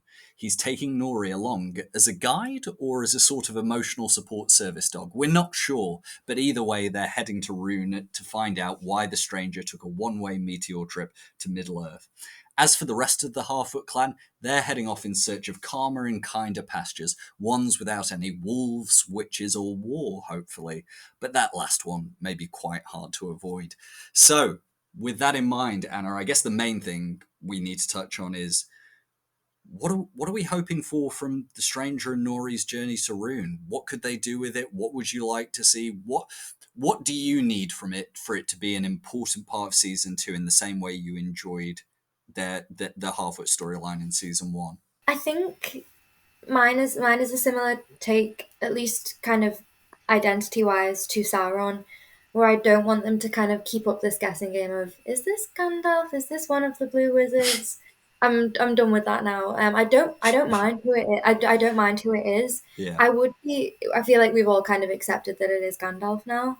I have. I would have been happy if it was a Blue Wizard. I think they're very kind of underdeveloped characters. We've never really seen them adapted before, but that I'm happy to just kind of take him as he is and kind of not really theorize like, oh, who is this.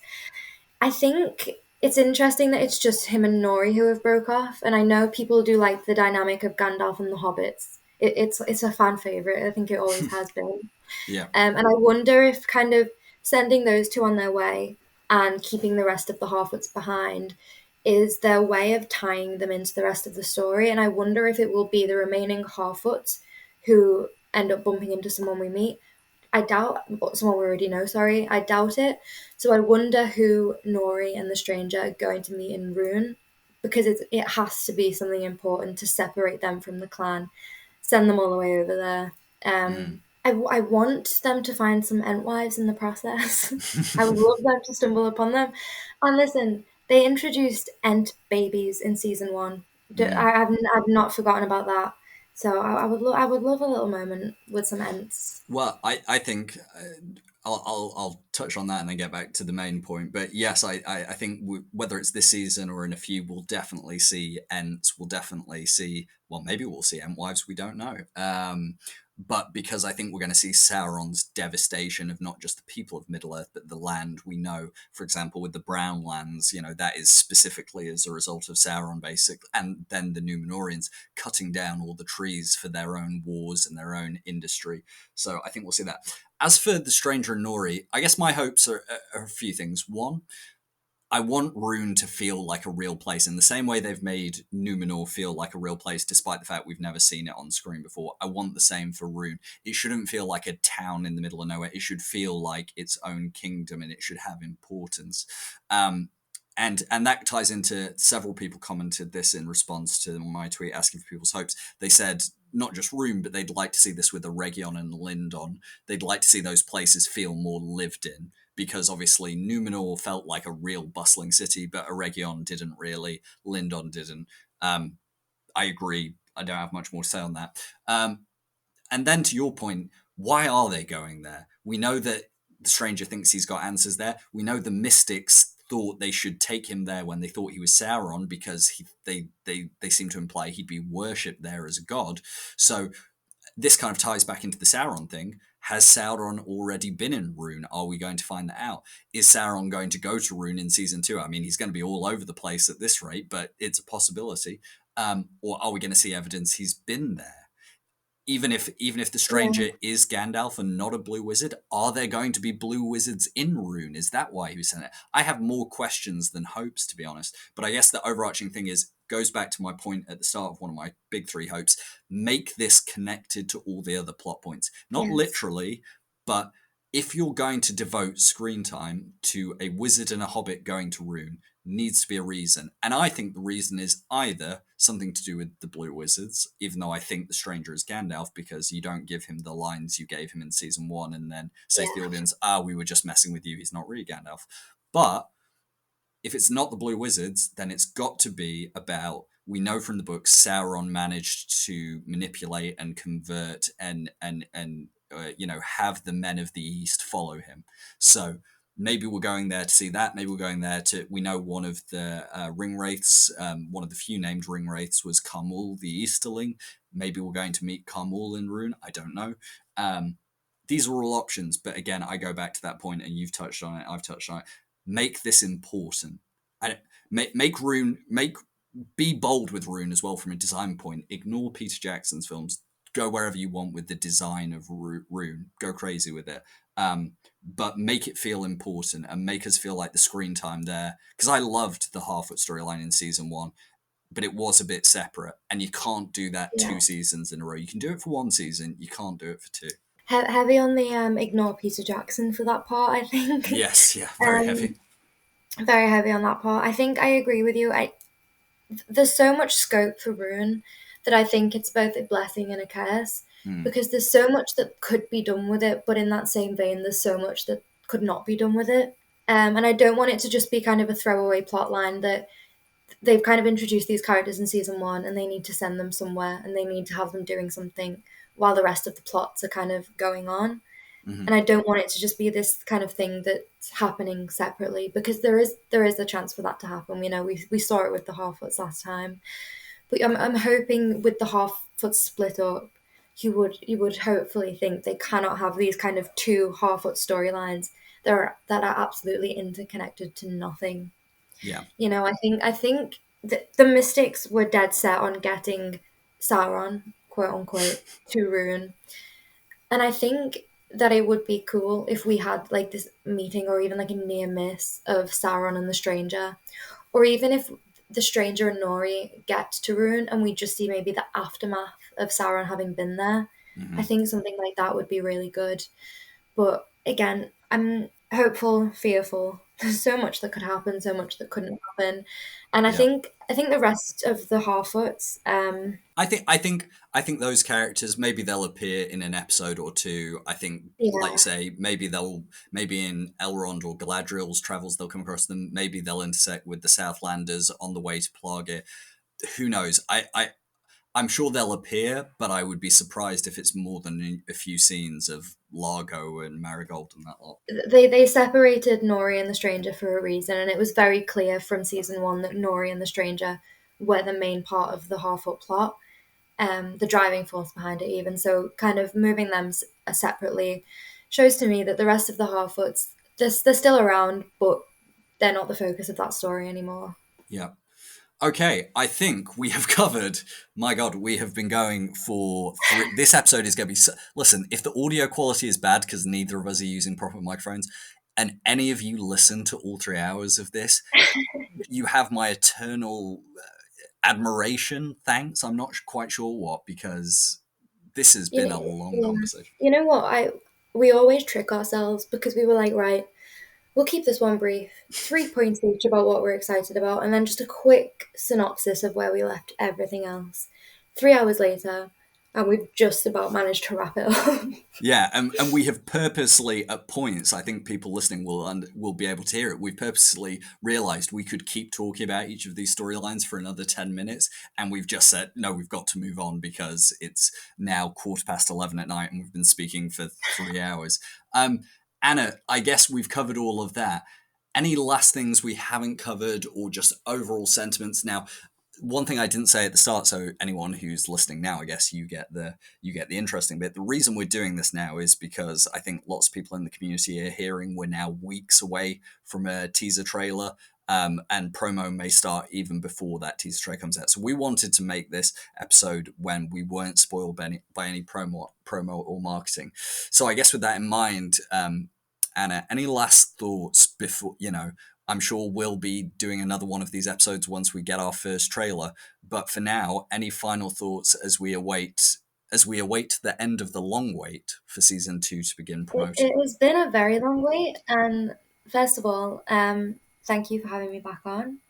Part of my experience with the first season of The Rings of Power was talking to you about it after every single episode, and it was one of my favorite parts of it, just kind of having that discussion every time. We had so many things to kind of bounce off each other, so many theories, we had so much that we disagreed on. But I think one of my favorite things about The Rings of Power is watching it alongside you and the community, and I'm very excited to do that again. And I think that's one of the reasons kind of we wanted to do this in the first place. I know you've been kind of looking to get the podcast back up and running anyway, but there's been quite a lot of negativity lately. There's been leaks, people are getting kind of impatient, waiting for more content, and I think it's nice to just remember why we're excited for season 2. I mean, we wouldn't be here, we wouldn't be talking about it if we didn't absolutely adore season 1, despite what people may say. I don't feel like I have to justify why I liked it. I thought it was an incredibly well done show. Of course, listen, I've complained about multiple things during this episode. I don't think it was perfect, but I don't think anything ever is. I don't think the Lord of the Rings films are perfect. I definitely do not think the Hobbit films are perfect. I don't think the Hunt for Gollum film is going to be perfect. You got it in there. You got it in there just before the end. The Hunt for Gollum. I listen. All I'll say is I definitely trust that Warner Brothers is doing this because everyone there felt that the Hunt for Gollum was a very important story that needs to be told, and I think in no way is this designed to monetize a profitable intellectual property that Warner Brothers have. I would never dare suggest such a thing. I mean, every single person I've ever spoken to about The Lord of the Rings has said that the one character that they want to see more of, that they want to delve deeper into, is Gollum, naturally. So listen, I've got very high hopes for that film. But yeah, I think it's just nice to kind of remind each other, remind ourselves why we're looking forward to season 2 before we get all of this. Because listen, we're going to watch this trailer. There's some parts of it that we're going to love. There's probably some parts of it that we're going to hate. And we'll be like, oh, this thing that I didn't want to happen is happening again. What it could open with another shot of a Balrog, and we're like, great. Fingers crossed that won't happen. But yeah, it's nice to talk about it again. I'm very excited to be getting content for it again. It's been a very long time coming, and yeah, I think that's all I really wanted to say. I'm just so excited to see Elendil again. Listen, first of all, I want to say well done for restraining yourself for 3 hours from just sounding absolutely madly obsessed with the Lendl. You did so well. Thank you. And I admire that. I didn't succeed with Celeborn, so you're a better person than me. Secondly, I want to agree with you. Everyone knows who follows me on Twitter. I have had a tough last year in terms of just feeling like I was bringing something to the community. Obviously, I did the rewatch spaces, and we've done some great things as a community. We did a fundraiser. Anna, you were closely involved in that. Last month, we've done other things in the community that have been great fun, but like you say, there's been a lot of negativity while people have been impatient, while leaks have been coming out which have been proven, not proven, found out to be wrong, all that stuff. And that's why we didn't want this to be about this. We just wanted it to be like the very first time Anna and I ever had one of these calls, the very first time Anna and I really spoke outside of Twitter. We just discussed what we were excited about for season 1 of The Rings of Power, and it's so nice to be out doing it. And I, seeing as you were so lovely about it, I'd just say that I agree. Part of my favorite part of watching season 1 was knowing that every week me and you would get on a call and yap away for 2 to 3 hours about it. And I'm so excited that we're going to be doing that again probably later this year. But Anna and I have already talked about it, and we're going to do an episode together once the first trailer comes out. I'll hopefully do more of my standalone episodes. Like I said, I want to do a character study on Círdan. Once we get more marketing, I'll probably go back to my old style of podcast when this really was the daily Rings of Power podcast, when it was a 15-minute show recapping the news. That will probably come back at some point. And listen, the long wait is almost over, 18 months, but we're coming to the end now. Like I said, we're lots of us who hear things in the community, we're hearing we are now a matter of weeks away from the first teaser trailer, and we may get something before then. It's so exciting. This conversation has been wonderful. We could talk for another 3 hours if both our voices weren't going, and it wasn't nearly midnight. But Anna, one last time, thank you so much, and I can't wait for us to do this again. Completely agreed. Thank you very much for having me again. And if anyone's made it to this point in the episode, again, I'm very sorry for my audio, but thank you very much for listening to us yap away. It's all right. I've got bad audio too, so this is going to be the worst audio of any podcast I've ever produced. Yay! We're really setting the tone for what we're bringing to the table this year. It's going to be great. It's going to be great.